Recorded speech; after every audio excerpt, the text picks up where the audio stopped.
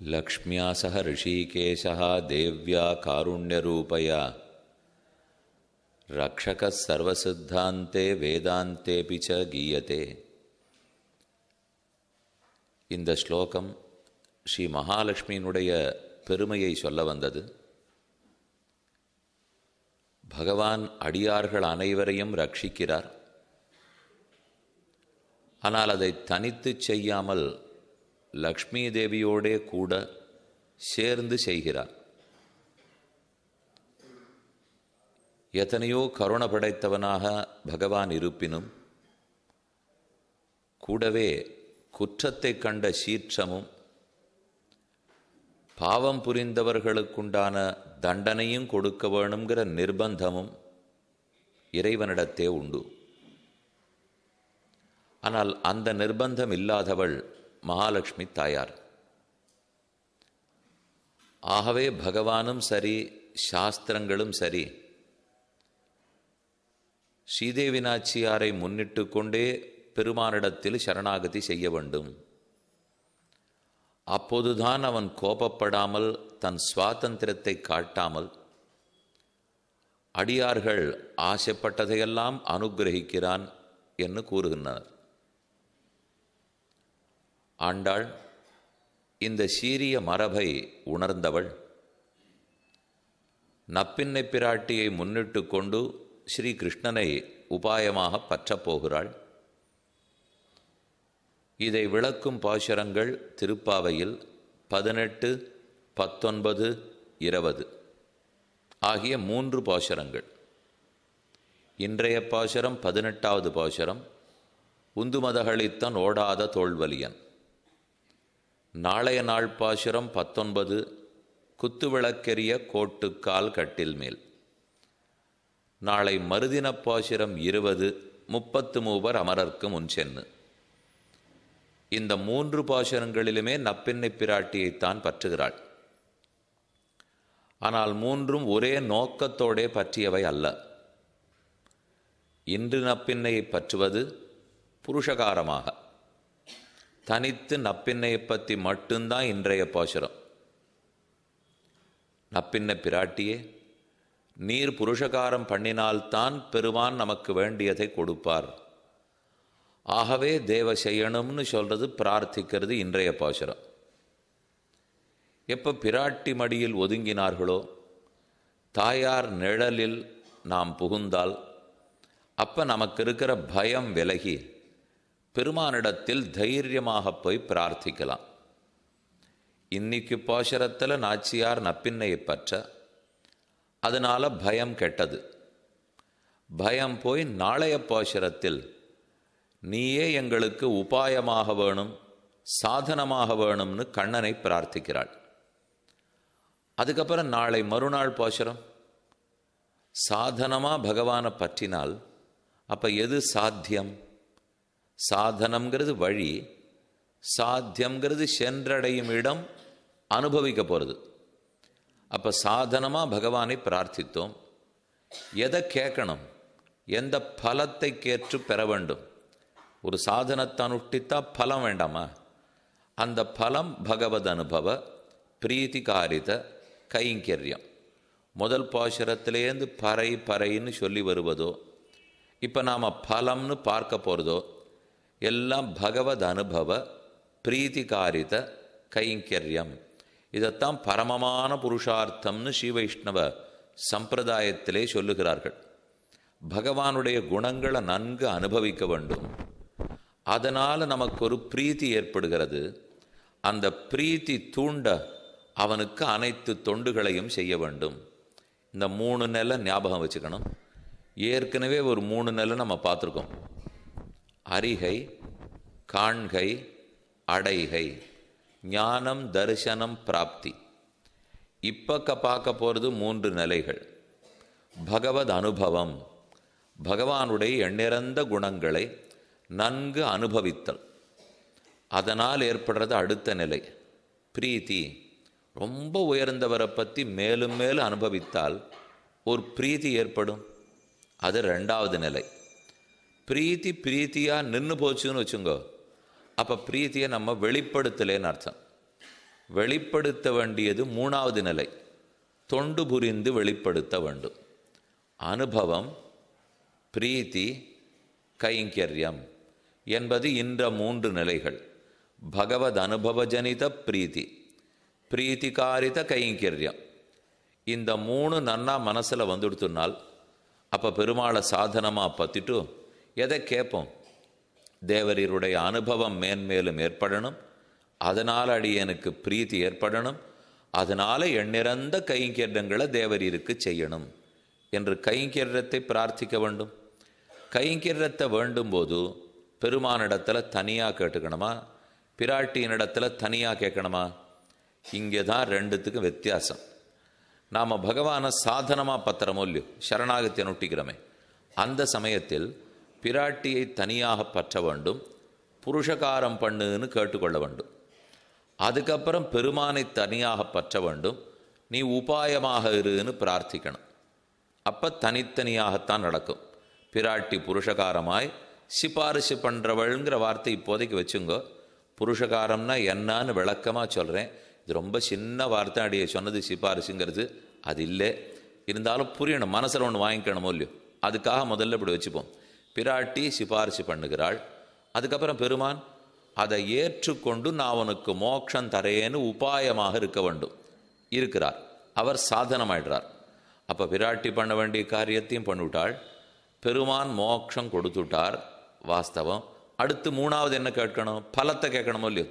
அதற்குரிய பலத்தை, அதாவது கைங்கரியத்தை இப்போ பிராட்டிக்கிட்ட தனியாகவும் கேட்கக்கூடாது, பெருமாள்கிட்ட தனியாகவும் கேட்கக்கூடாது. நீயும் அவளுமான சேர்த்தியில் கைங்கரியம் பண்ணுகிறோம், நீங்கள் ரெண்டு பேரும் சேர்ந்து அமர்ந்திருக்கணும், இருவருக்கும் சேர்த்து கைங்கரியம் பண்ண ஆசை. இதுதான் இப்போ நாம் பார்க்க வேண்டியது 20வது பாசுரம். 18வது பாசுரத்தில் தனித்து நாச்சியாரிடத்தே, 19வது பாசுரத்தில் பெருமானை உபாயமாக கேட்டுண்டது, 20வது பாசுரத்தில் இருவரிடத்திலையும் கைங்கரியம் பண்ணணும்னு பிரார்த்தித்தது. இது 18, 19, 20. இவ்வளவு அழகான பத்ததி, இந்த மரபெல்லாம் ஆண்டாளுக்கு எப்படி தெரிஞ்சுது? பெரியாழ்வாருடைய பெண் இல்லையா, அவருக்கு தெரியாததா? அப்போ அந்த மகாஜானிக்கு தெரிஞ்சது பெண்ணுக்கு தெரியும், அது ஒத்துக்கொள்கிறோம். ஆனால் இடைச்சிகளுக்கு தெரியுமான்னா கேள்வி. பெரியாழ்வார் பெண்ணுக்கு தெரிஞ்சு இப்போ லாபம் இல்லை. அந்த ஊரில் இருந்த இடையர்களுக்கு இந்த முறை தெரிஞ்சிருந்தால்தான் இப்போ ஆண்டாள் அதை பற்றி பாடலாம். ஏன்னா தன்னை ஒரு இடைச்சியாக நினச்சின்னு தான் பாசுரமே. அப்போ பெரியாழ்வார் பெண்ணுன்னு இவ தெரிஞ்சுட்டு இருக்கலாமா? அந்த ஊரில் இருக்கிற இடைச்சிகளுக்கு இந்த வழியெல்லாம் தெரியுமா என்று கேட்டால் தெரியும். அவள் சாஸ்திரம் படித்து இதை தெரிஞ்சுக்கணுங்கிற தேவை கிடையாது. யார் சாஸ்திரம் படிச்சிருக்கார்களோ, முறைப்படி கற்றார்களோ அவர்களும் அறிவார்கள். இல்லை வேறொரு விதத்தில் வச்சுப்போமே, ஒரு ரசவாதி கையில் குளிக்க வச்சுருக்கார். அந்த நாள்லேருந்தே பித்தளையை தங்கமாக மாற்றுறதுன்னு ஒரு முயற்சி நடந்துகிட்டே இருக்கும் இல்லையோ. ரொம்ப பேர் ஓடிண்டே இருப்பா. அதுக்காக என்னென்ன புதையல் வேட்டையோ அந்தந்த வேட்டை, கப்பலாக எங்கேயோ தங்கம் இருக்குதுன்னு ஒரு கோட்டி தேடிகிட்டே இருக்கும். ஊரில் இருக்கிற பித்தளை எல்லாத்தையும் தங்கமாக மாற்றிட போகிறோன்னு ஒரு கோட்டி தேடின்னு இருக்கும். இல்லையா, பூமிக்குள்ள பெரும் புதையல் இருக்கான், எல்லா பூமியும் தோண்டிடு அப்படிங்கிறதுக்காக ஒரு கோட்டி தேடின்னு இருக்கும். அதை போல் இந்த பித்தளையை ஹாட்டகமாக மாற்றுறது, ஹாட்டகம்னா தங்கம், பித்தளையை தங்கமாக மாற்றுறதுக்கு ஒரு ரசாயன கலவை இருக்குது. அதை பண்ணால் நடந்துடும் ரொம்ப நாளாக பேச்சு அடிபட்டுருக்கு. நடந்துதாங்கிறதுலாம் அடி எனக்கு தெரியாது, யாருக்கும் தெரியாதுன்னு வச்சுக்கோ. ஆனால் ஒன்று தெரியும், பித்தளையை ஹாட்டகமாக மாற்றி காட்டுறதுக்கு பேர் தான் பித்தலாட்டம். ஏன் இந்த பேர் வந்ததுனால், பித்தளை ஹாட்டகமாகறதோ இல்லையா, நிஜமாகவே சொல்கிறேன், வேடிக்கை சொல்லலை. ஏன் பித்தலாட்டம்னு சொல்கிறாள்னால், பித்தளை ஞான ஹாட்டகம்ங்கிற தங்கம் ஆகுமா?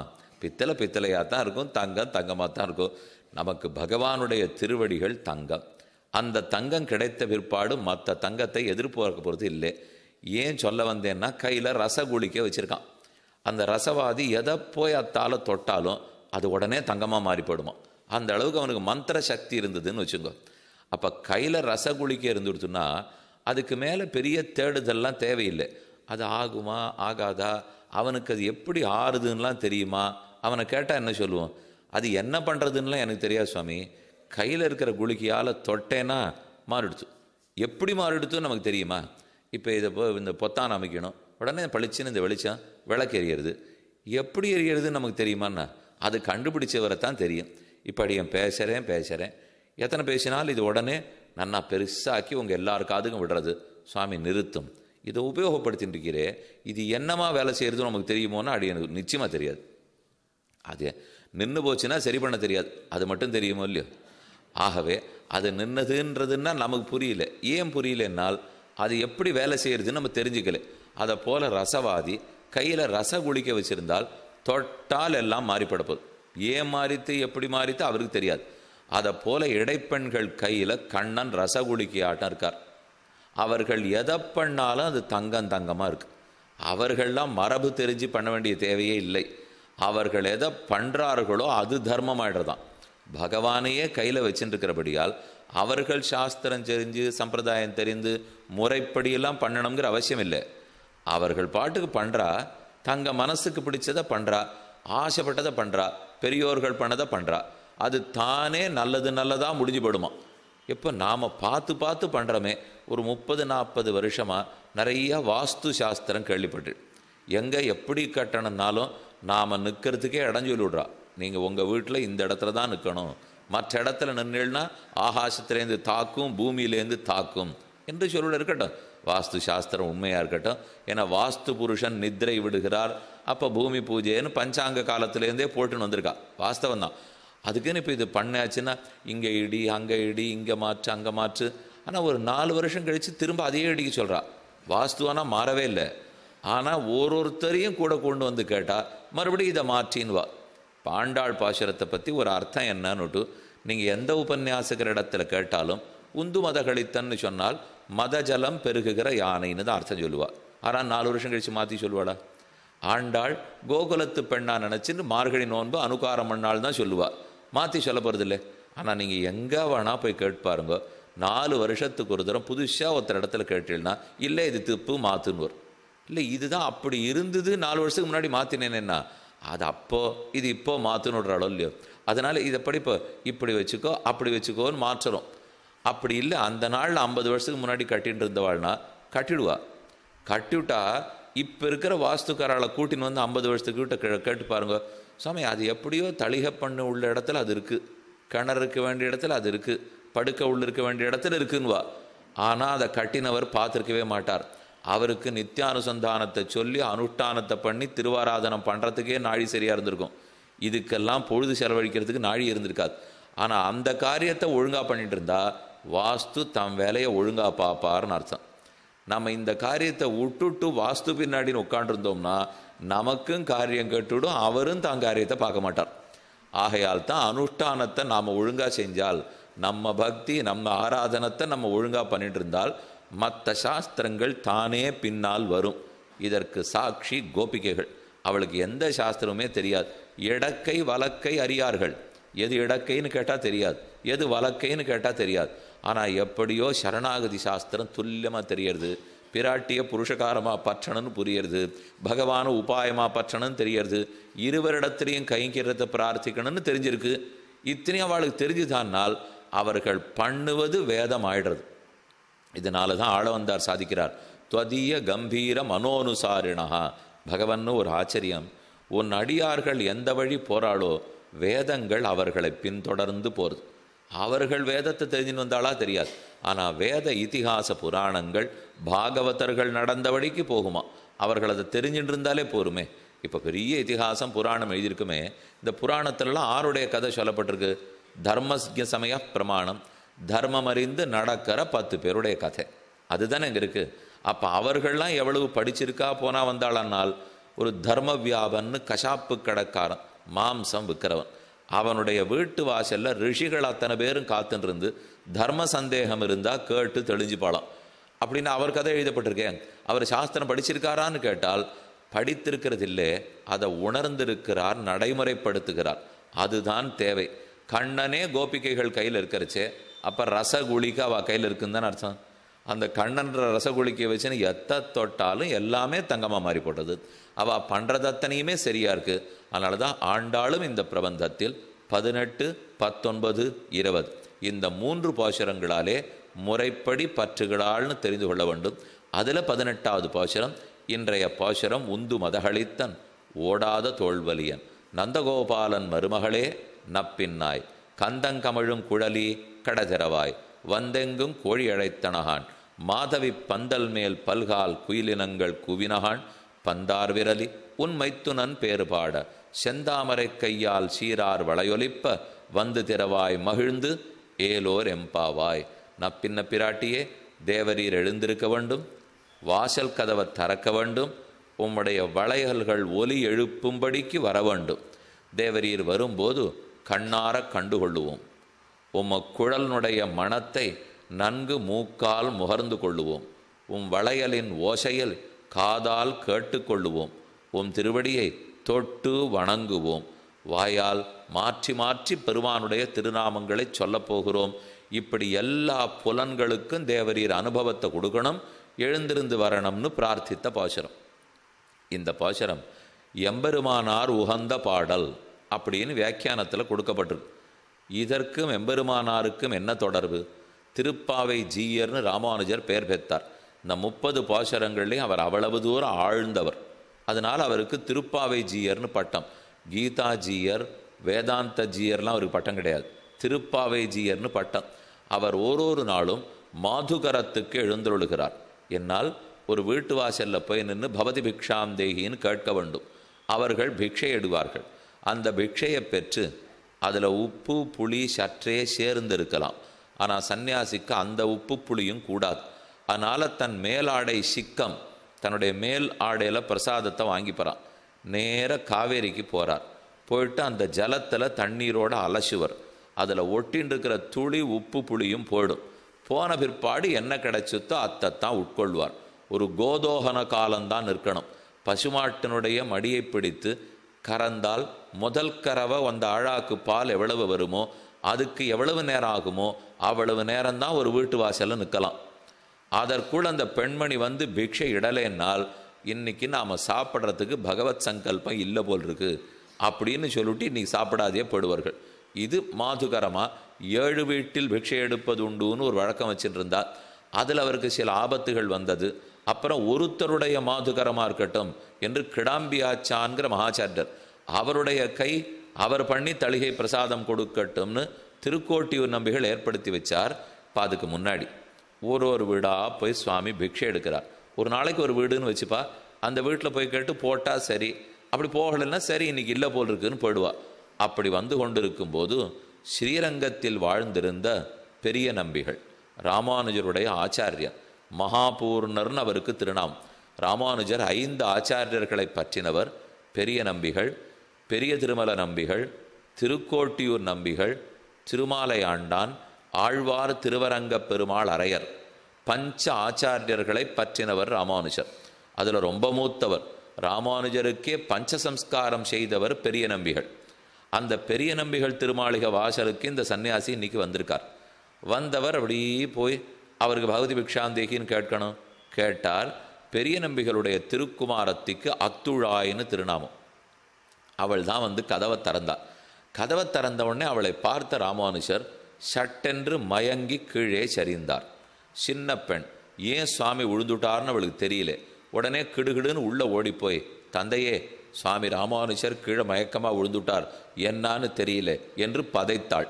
அந்த சுவாமி அதை பற்றி கவலைப்படாமல், பெண்ணே நீ ஒன்றும் துக்கப்பட வேண்டாம், அவருக்கு உந்துமதகளிச்சன் பாசுர அனுசந்தானமாய் இருந்திருக்கும் என்று பதில் சொல்லியிருக்கார். அப்படின்னா எப்பவும் மாதுகரத்துக்கு போகிறச்சே திருப்பாவை அனுசந்தானம் பண்ணிண்டே வீதியார வருவரான். அப்போ ஒரு பாட்டாக சொல்லணும் வந்திருப்பார். நாயகனாய் முடிஞ்சிருக்கும். அடுத்தது அம்பரமே தண்ணீரே சொல்லியிருப்பார். உன் வீட்டு வாசலுக்கு வரச்சே உந்துமதகளித்தன் அனுசந்தானம் பண்ணிட்டு இருந்திருப்பார். பண்ணிட்டு இருக்கிறச்சே நீ கதவை திறந்திருப்பியா? அப்போ பாட்டில் என்ன தெரியுமோ வந்திருக்கும்? உந்துமதகளித்தன் ஓடாத தோல்வலியன், நந்தகோபாலன் மருமகளே நப்பின்னாய், கந்தங்கமழும் குழலி கடைதிரவாய், வந்தெங்கும் கோழியழைத்தனகான், குழலி கடைதிரவாய் திறக்க வேண்டும், பல்கால் குயிலினங்கள் கூவினகான், நீ உன் செந்தாமரை கையால் சீரார் வளையொலிப்ப, வந்து திறவாய் மகிழ்ந்து. வந்து திறக்கணும்னு அவர் மனசில் பாட்டு ஓடின்னு இருந்திருக்கும். நீ அதே சமயம் கதவை திறந்திருப்பே, நீதான் நப்பின்னைன்னு நினைத்து மயங்கி இருப்பார். அதனால் தான் நடந்திருக்கும், ஒன்றும் கவலைப்படாது அப்படின்னு பெரிய நம்பிகள் சொன்னார்னால், வாசலில் வந்துட்டு இருக்கிறவர் மயங்கினத்துக்கு உள்ளே இருக்கிறவர் இந்த பாட்டை அவர் சொல்லிட்டு இருந்திருக்கணும்னு நினைத்தார்னால் அவ்வளவு தூரம் இந்த பாசுரத்தோடு அவள் ஒன்றி கிடந்திருக்கான்னு அர்த்தம். அவர் என்ன சொல்லிட்டு வந்திருப்பார், என்ன நடந்திருக்கும், அதனால தான் அவள் மயங்கியிருப்பாருங்கிற அளவுக்கு தெரிஞ்சிருக்கோ இல்லையோ. ஆக ராமானுஷர் விரும்பிய, ராமானுஷர் உகந்த பாசுரம் உந்து மதகளித்தன் ஓடாத தோல்வலியன். இந்த இடத்துல இருக்கிறச்சே இதே போல் இருக்கிறது இன்னொன்று மட்டும் சேர்த்து சொல்கிறேன், ரசிக்கத்தக்கதாக இருக்கும். பிரசங்காத்து சொல்கிறேன், இத்தோடு அப்படியே சம்மந்தப்பட்டதுன்னு இல்லை. ஆனால் இதை போல இருக்கிற மற்றொரு இடம், இதே ராமானுஜர் தன்னுடைய மடத்தில் ராத்திரி உறங்கப் போவதற்கு முன்னால் நீண்ட பிராகாரத்தில் நடை பண்ணி பயிலுகிறார். ஒரு உடற்பயிற்சி அப்படியே பகவானை அனுசந்தானம் பண்ணிக்கிறதுக்கு ஒரு எண்ணம். அதை நினைத்து கொண்டே தூங்க போடலாம் இல்லையோ. அதுக்காக அவர் உலா வருகிறார். நீண்ட பிராகாரம், அந்த கடைசி வரைக்கும் போவரான், திரும்பி வருவரான், கடைசி வரைக்கும் போவரான், திரும்பி வருவரான். அப்படி வரும்போது திருவாய்மொழி பாசுரத்தை தான் உளமாற சொல்லிட்டு இருப்பார், சொல்லிகிட்டே இருக்கார். இங்கேருந்து அந்த கடைசிக்கு போகிறார், திரும்பி வரார், கடைசிக்கு போகிறார், வரார். பக்கத்தில் சிஷ்யர்கள்லாம் அது அவளுக்கு தெரியாது, பாட்டு தெரியாது. ஆனால் இவருடைய நடையழக சேவிச்சுட்டே இருக்கணும் அப்படிங்கிறதுக்காக தரிசித்து கொண்டிருக்கா. ஒரு சமயம் போயிட்டு வந்திருந்தவர் கடைசி வரைக்கும் போகாமல் ஒரு 3/4 தூரம் போயிட்டு அங்கிருந்தே திரும்பி விட்டார். இன்னும் கொஞ்சம் தூரம் இருக்குது, கால்வாசி பிராகாரம் பாக்கி இருக்குது. ஆனால் அந்த தூரம் போல 3/4 வாசியில் திரும்பினார். உடனே பக்கத்தில் இருக்கிற சுவாமி பிரார்த்தித்தாராம், ராமானுஜருடைய திருவுள்ளத்தில் பிடித்தேன் பிறவி கெடுத்தேன் பாசுர அனுசந்தானமாக இருக்குமோ அப்படின்னு அவர் கேட்டிருக்கார். அப்படின்னா என்ன அர்த்தம்னால், இது நம்மாழ்வாருடைய பாசுரம். பிடித்தேன் பிறவி கெடுத்தேன் பிணிசாரேன் மடித்தேன் மனவாழ்க்கையுள் நிற்பதோர் மாயைகள் கொடிக்கோபுர மாடங்கள் சூழ் திருப்பேர் நகரான் அடிச்சேர்வதெனக்கு எளிதாயின வாரே. கோயிலடி திருப்பேர் நகர்னு திவ்யதேசம். அப்ப கூடத்தான்னு கேள்விப்படுறமே. அவருக்காக 10 பாசுரங்கள் நம்மாழ்வார் அனுகிரகிச்சிருக்கார். திருப்பேர் நகரான் திருமாலிருஞ்சோலை பொறுப்பே உலகின் பிரான் இன்னு வந்து இருப்பேன் என்று என் நெஞ்சு நிறைய புகுந்தான் குருமாமணி உந்தி புனல் பொன்னித்தென்பால் திருமால் சென்னு சேர்விடன் தெந்திருப்பேரே. ரொம்ப ஆச்சரியமான பாசுரம்.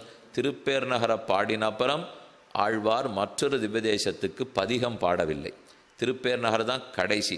இது ஆச்சரியம். திருவங்கை ஆழ்வாரும் கடைசியில் திருப்பேர் நகர் பாடினார், நம்மாழ்வாரும் கடைசியில் திருப்பேர் நகர் பாடினார். அந்த பதிகம் முடிந்தவுடனே பரமதத்துக்கு போயிட்டார். அந்த பெருமானுக்கு அந்த 2 ஆழ்வார்களுக்கும் அவ்வளவு நெருங்கின தொடர்பு.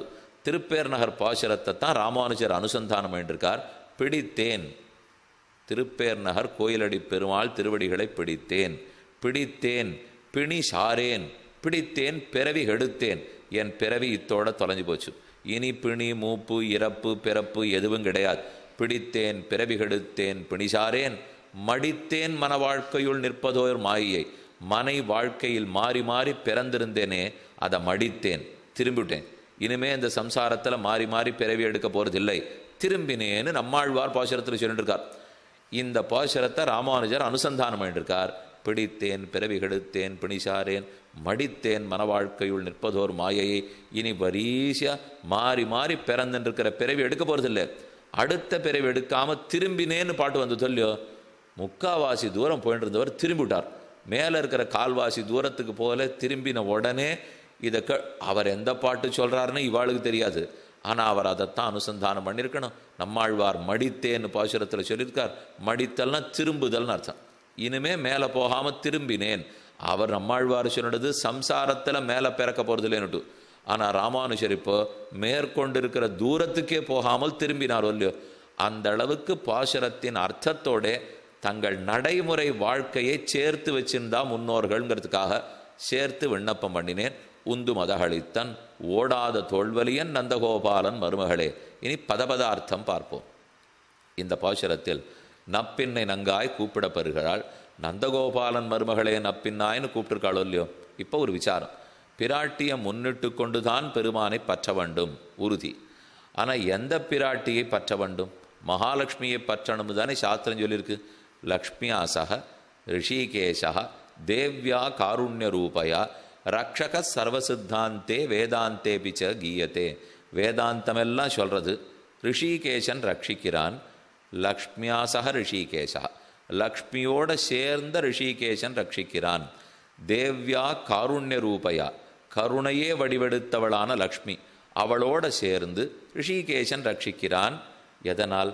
அவர் வெந்நீராட்டம் கொதிச்சுன்னு இருக்கார். அந்த வெந்நீரை ஆற்றுவதற்கு ஓரளவு தண்ணீர் தேவை. அந்த தண்ணீர் தான் மகாலட்சுமி.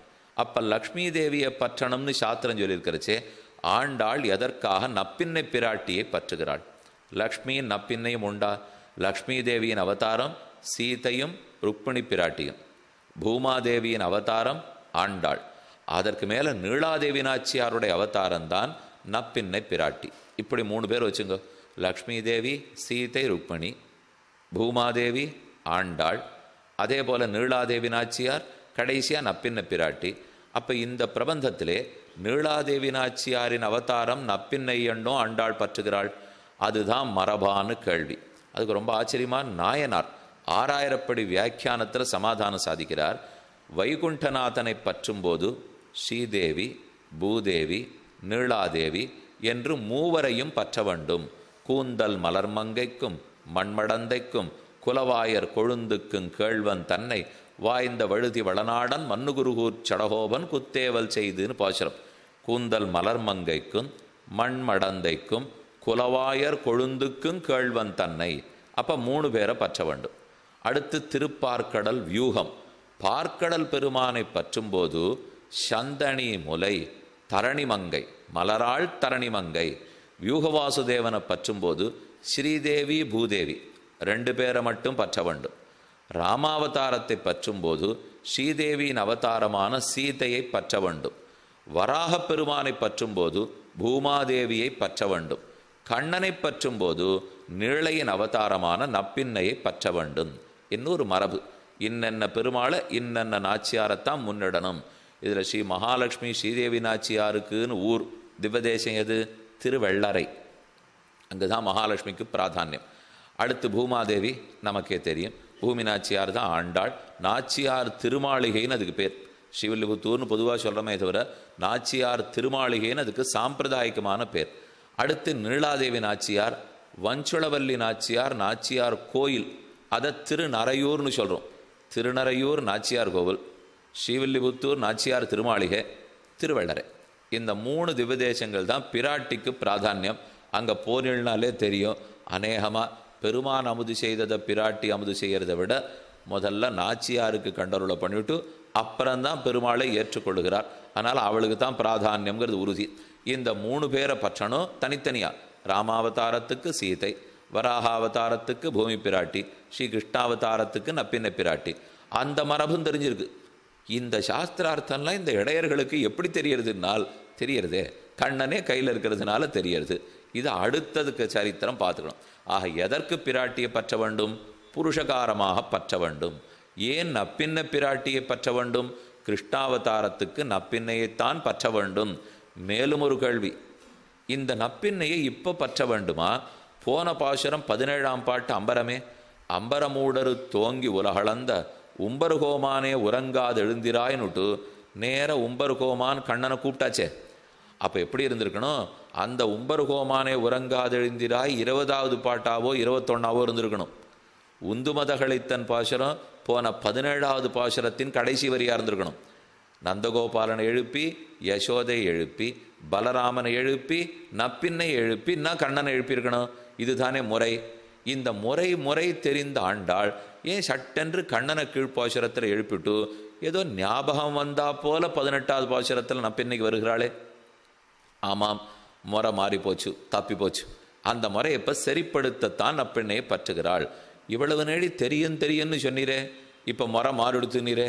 அவள் தொட்டதெல்லாம் தொலங்கும், கையில் ரசகுளிக்க வச்சுருக்கா, எது பண்ணாலும் சரியா இருக்கும்னு சொன்னீரேன்னா சொன்னேன், மறுக்கலை.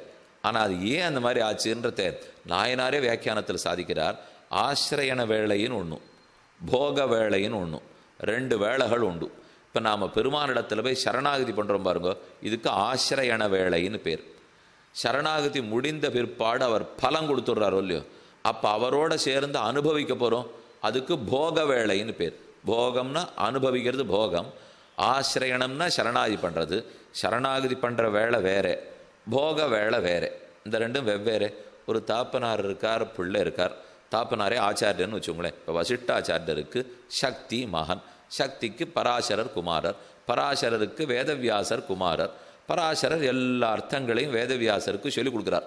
அவர் ஆச்சாரியன் சிஷ்யன் உட்காண்டிருக்கிறச்சே ஒழுங்காக கற்றுக்கணும், கீழே வந்து சவிக்கணும், அவரை பூஜை பண்ணணும், அவரையே தெய்வமாக கொள்ளணும், அவருக்கு பணிவிடைகள்லாம் பண்ணணும், அவர் கோவிச்சுண்டா பேசாமல் இருக்கணும், தண்டனையை வாங்கிக்கணும், எல்லாம் நடக்கணும். அது ஆசிரியன வேலை, பாடம் கற்றுக்கிற வேலை. அதே பாடம் முடிஞ்சு போச்சு, தகப்பனாரும் மகனும் உட்காண்டிருப்பா. அப்போ அந்த சின்ன குழந்தைய கையை எடுத்து தங்கள் அப்பா வேணும்னா அதை எடுத்து தானே இப்படி இப்படி அடிச்சுக்கலாம். அந்த குழந்தையினுடைய கால் எடுத்து நம்மளே அடிச்சுக்கலாம். இப்போ குழந்தைக்கு உபநயனம் பண்ணுறா, கார்த்தாலெல்லாம் உபநயனமாச்சு, காயத்ரி ஜபம் உபதேசமாச்சு, பிரம்மோபதேசத்தின் போது அப்படி வெள்ளை பட்டம் மூடி நடுவா, உள்ளே உட்காந்து ஆச்சாரியனா தந்தை சொல்லுவார், பிள்ளத்தை கேட்டுக்கணும், பாடம் மாடம்னு பாத பூஜை எல்லாம் பண்ண எல்லாம் நடக்கும். உபநயனம் முடிஞ்சு போயிடும். அப்போ தான் சின்ன பிள்ளை 7 வயசு பிள்ளை ராத்திரி உட்காந்து நீ கார்த்தால உபநயனம்லாம் எப்படி ஆச்சு அப்படின்னு வீட்டில் பேசிட்டு போகலாம் இல்லையோ. பேசிட்டு இருக்கிற சமயத்துக்கு இப்படி நடந்தது அப்படி நடந்தது, பிள்ளை ரொம்ப ஒழுங்காக நடந்துட்டா அப்படின்னு அவனை தொட்டு உச்சி முகர்ந்து பார்த்து அவன் கால் எடுத்து அப்பா பேரில் போட்டுக்கலாம், அப்பா கால் எடுத்து அவன் பேரில் போட்டுக்கலாம், எல்லாமே நடந்தது. இதே காயத்ரி ஜபம் பண்ணுற சமயத்துக்கு, காயத்ரி உபதேசம் வேண்டாம் இல்லையோ, அந்த சமயத்துக்கு எப்படின்னு நான் என் காலை எங்கள் அப்பா பேரில் எத்தனையோ நாள் போட்டுருக்கேன், அதனால் இத்தனை பேர் சபையில் உட்காண்டிருக்கா, இப்போவும் என் காலை அவர் பேரில் போட்டுக்கிறேனே அப்படின்னு அந்த சபையில் சொல்ல முடியுமா? அது முடியாது. ஆசிரியன வேலை, உபதேசிக்கிற வேலை ஆசிரியன வேலையாக இருந்தால் முறையை மாற்றக்கூடாது. அனுபவிக்கிற வேலையாக இருந்தால் முறை மாற்றிவிடலாம். இப்போ கல்யாணம் ஆகிறது கணவன் மனைவி, இது பாசுரத்திலேயே ஜனகனே சொல்கிறார், இயம் சீதா மம சூதா சகதர்ம சரீதவ பிரதீட்சையேனாம் பத்ரந்தே பாணிம் கண்ணீஸ்வ பாணினா. ராமா, சீதையின் கையை உன் கையால் பிடி. பெரியவாச்சான் பிள்ளை தனி ஸ்லோக வியாக்கியானம் பண்ணுறார். இவ கையை உன் கையால் பிடிங்கிறாரு. அர்த்தம் என்ன தெரியுமோ? இப்போதைக்கு கையை கையால் பிடிராமா, அடுத்து காலை கையால் பிடிக்கலாம்னு சொல்கிறாருனார். அப்படின்னு இப்போ கல்யாணம் ஆகிடுத்து, கல்யாணம் ஆகிறச்சேவே கைப்பிடித்தல் பாணிகிரகணம், உடனே கால் பிடிக்கணுமே. சப்தபதி, சப்தபதியும் போது பெண்ணோட காலை தொட்டு தொட்டு எடுத்து வச்சு அம்மி பேரில் எடுத்து வைக்கணுமோ இல்லையோ. அடுத்து காலை கையால் நீ பிடிக்கலாம், இப்போ கையை கையால் பிடி. அடுத்த அர்த்தம் சொன்னார். அது சரி, கல்யாணம் ஆன பிற்பாடு படுக்கையிலே சாஸ்திரமும் வேண்டாம், அக்னியும் கிடையாது, தானே காலை நீ கையால் பிடிக்கலாம். அப்போ அந்த பெண்ணோட கால் இவன் காலில் படலாம், இவன் கால் அவன் காலில் படலாம்.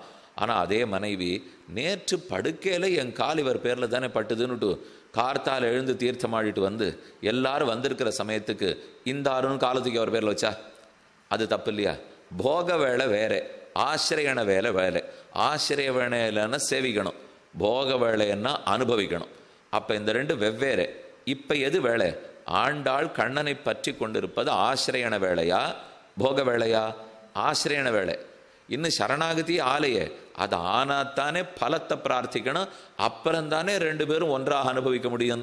அப்போ இப்போ இருக்கிறது ஆசிரியன வேளையில், அந்த வேலையை போக வேலையன்னு மருண்டு விட்டார்களாம். அதனால தான் கொஞ்சம் முறை மாதிரி நேர கண்ணனிடத்துல போயிட்டார்கள். இது ஆசிரியன வேலைன்னு ஞாபகம் இருக்கல. ஞாபகம் இருக்க வேண்டாமோ? அதை போல் எப்போ ஆசிரியனும் எப்போ போகம்னு மறந்து கொள்ளலாமா என்றால், மறக்கடிக்கிற அளவுக்கு பெருமானுடைய அனுபவம் இருக்கான். அவருடைய அனுபவம் எவ்வளவு வசதியாக இருக்குன்னால் அதை போகமாக பார்க்கறதுக்கே மனசு போகிறது. ஆசிரியனம்னு மனசு போகவே மாட்டேங்கிறது. எப்பவும் அழகாக இருக்கார், எப்பவும் ஆனந்தமாக இருக்கார், எப்பவும் குணத்தோடு இருக்கார், அனுபவிக்கணும்னு தான் தோணுமே தவிர அதுக்கு வேண்டியதை செய்யணும்னால், இப்போ ஒரு திருவாராதனம் பண்ணணும்னா 1 மணி நேரத்துலேருந்து 1.5 மணி நேரம் ஆகும் இல்லையோ, அது ஆசிரியன வேலை, அதை சரியாக பண்ணணும். இப்போ நாம் உட்காந்து உபன்யாசம் கேட்டுருக்கணும்னா 2.5 மணி நாழி சொன்னாலும் கேட்டுருக்கணும் இல்லையோ, கேட்க சொல்கிறதும் தோன்றது, கேட்கவும் தோன்றது இல்லையோ, நன்னா அனுபவிக்கிறோம். இதே அதை திருத்துறதுலேருந்து, திருத்துவா எடுக்கிறதுலேருந்து, ஒத்துவாடை எடுத்து வைக்கிறதுலேருந்து, அது தூபக்கால் தீபக்கால் சரியாக பண்ணி விடாத மந்திரங்களை ஒழுங்காக சொல்லி அப்படியே தீர்த்தம் ஒத்துவாடை எல்லாம் சவரிச்சு 2 மணி நாள் ஆகும். அதை பண்ணுன்னு சொன்னால் புத்தி சுலபத்தில் போகாது. அதை கிடுகிடுன்னு 1/2 மணியில் முடிச்சுடுவோம். முடிச்சுட்டு இப்போ உட்காந்து 2 மணி நாள் உபன்யாசம் கேட்போம். சுவாமி இவரை பற்றி தானே அப்போ கேட்டேள், அப்போ அவருக்கு நிதானமாக திருவாராதனம் பண்ண, அது ஆசிரியன வேலை, அது போகம்தான் அவர்கிட்ட ரொம்ப நன்னா இருக்குது. அவர் அனுபவத்தை பார்க்கச்சு அனுபவிக்கணும்னு தோன்றது, அவருக்கு பண்ணுன்னா தோணலை சுவாமி. அதனால் பண்ணுறதை சுருக்கமாக பண்ணிக்கிறோம். நாங்கள் ஒன்றும் கேட்க மாட்டோம் அதனுபவிக்க மாட்டோம்னு சொல்லலை. அப்போ நம் போன்றவர்களுக்கே அனுபவத்தில் தான் நேர புத்தி போகிறதுன்னா, அப்போ ஆண்டாள் அதற்கென்னே பிறந்தவள் அனுபவிக்க வர மாட்டாளா? அதனால் அவள் புத்தி முட்ட அனுபவத்தில் இருக்குது. ஆனால் ஆசிரியனம் பண்ணித்தான் ஆகணும், வேறு வழி இல்லை. அந்த ஆசிரியனத்தில் சற்றே இடறி போய் போக வேலை ஆசிரியன வேலை ரெண்டும் ஒன்றுன்னு நினைத்து, அதனால தான் நேர கண்ணனிடத்தில் போக, இல்லை கண்ணன் பதிலே பேசலை. ஆண்டாள் இன்னும் ஆசிரியனம் ஆகலை, ஆன பிற்பாடு போகத்தை பற்றி யோசிப்போம். ஆசிரியனை முறைப்படி பண்ணும், அப்படின்னு ஜாட காட்டு விட்டார். உந்து மதகளித்தன் ஓடாத தோல்வலியன். ஓஹோ, ஆசிரியனை தப்பா பண்ணிட்டோம், அதை தெரிஞ்சு நப்பின்ன பிராட்டியை பற்ற வேண்டும் என்பதற்காக இங்கே விழுகிறாள். ரொம்ப ஆச்சரியமான அவதாரிக்க சாதிச்சிருக்கார். ஆக இப்போ பாசுரத்தின் பதபதார்த்தம் பார்ப்போம். உந்து மத களிச்சன், களிறு யானை. உந்து மதகளித்தன் இருக்கிறத கொஞ்சம் வார்த்தையை மாற்றிங்கோ. மதம் உந்து களிற்றன், களிற்றன் ஆனைகளை உடையவன். மதமுந்து ஆனையினுடைய இங்கேருந்து மத ஜலம் பெருகும் இல்லையோ, ஆனைக்கு மத ஜலம் மஸ்தகத்திலேருந்து, மேட்ரம்னு இடத்துக்கு பேர், மேட்ர மஸ்தகத்திலேருந்து மத ஜலம் பெருகுமா. 3 இடத்துல, கண்ணுலேருந்து பெய்யும், மஸ்தகத்தில் பெய்யும், மேட்ரத்தில் பெய்யும். அதனால தான் மதமுந்து கழித்தன், மத ஜலத்தை பெருக வைக்கிற ஆனைகளை உடையவன். ஆர் உந்து மதகளித்தன் ஓடாத தோல்வலியன், யார் எதிர்த்து வந்தாலும் பிற்காலியாதவன், புறமுதுகிடாதவன். யுத்தேச்சா பியபலாயனம்னு வாக்கியம். என்ன யுத்தமாக இருந்தாலும் முன்ன போய்த்தான் யுத்தம் பண்ணுவரே தவிர எடுத்த கால பின் வைக்க மாட்டார். ஓடாத தோல் வலியன், அவருக்கு இருக்கிற தோல் வலிமை, ஓடாதவர், யுத்த பூமியிலேருந்து ஓடாதவர், ஓடாத தோல்வலியன். அப்போ 2 பெருமை.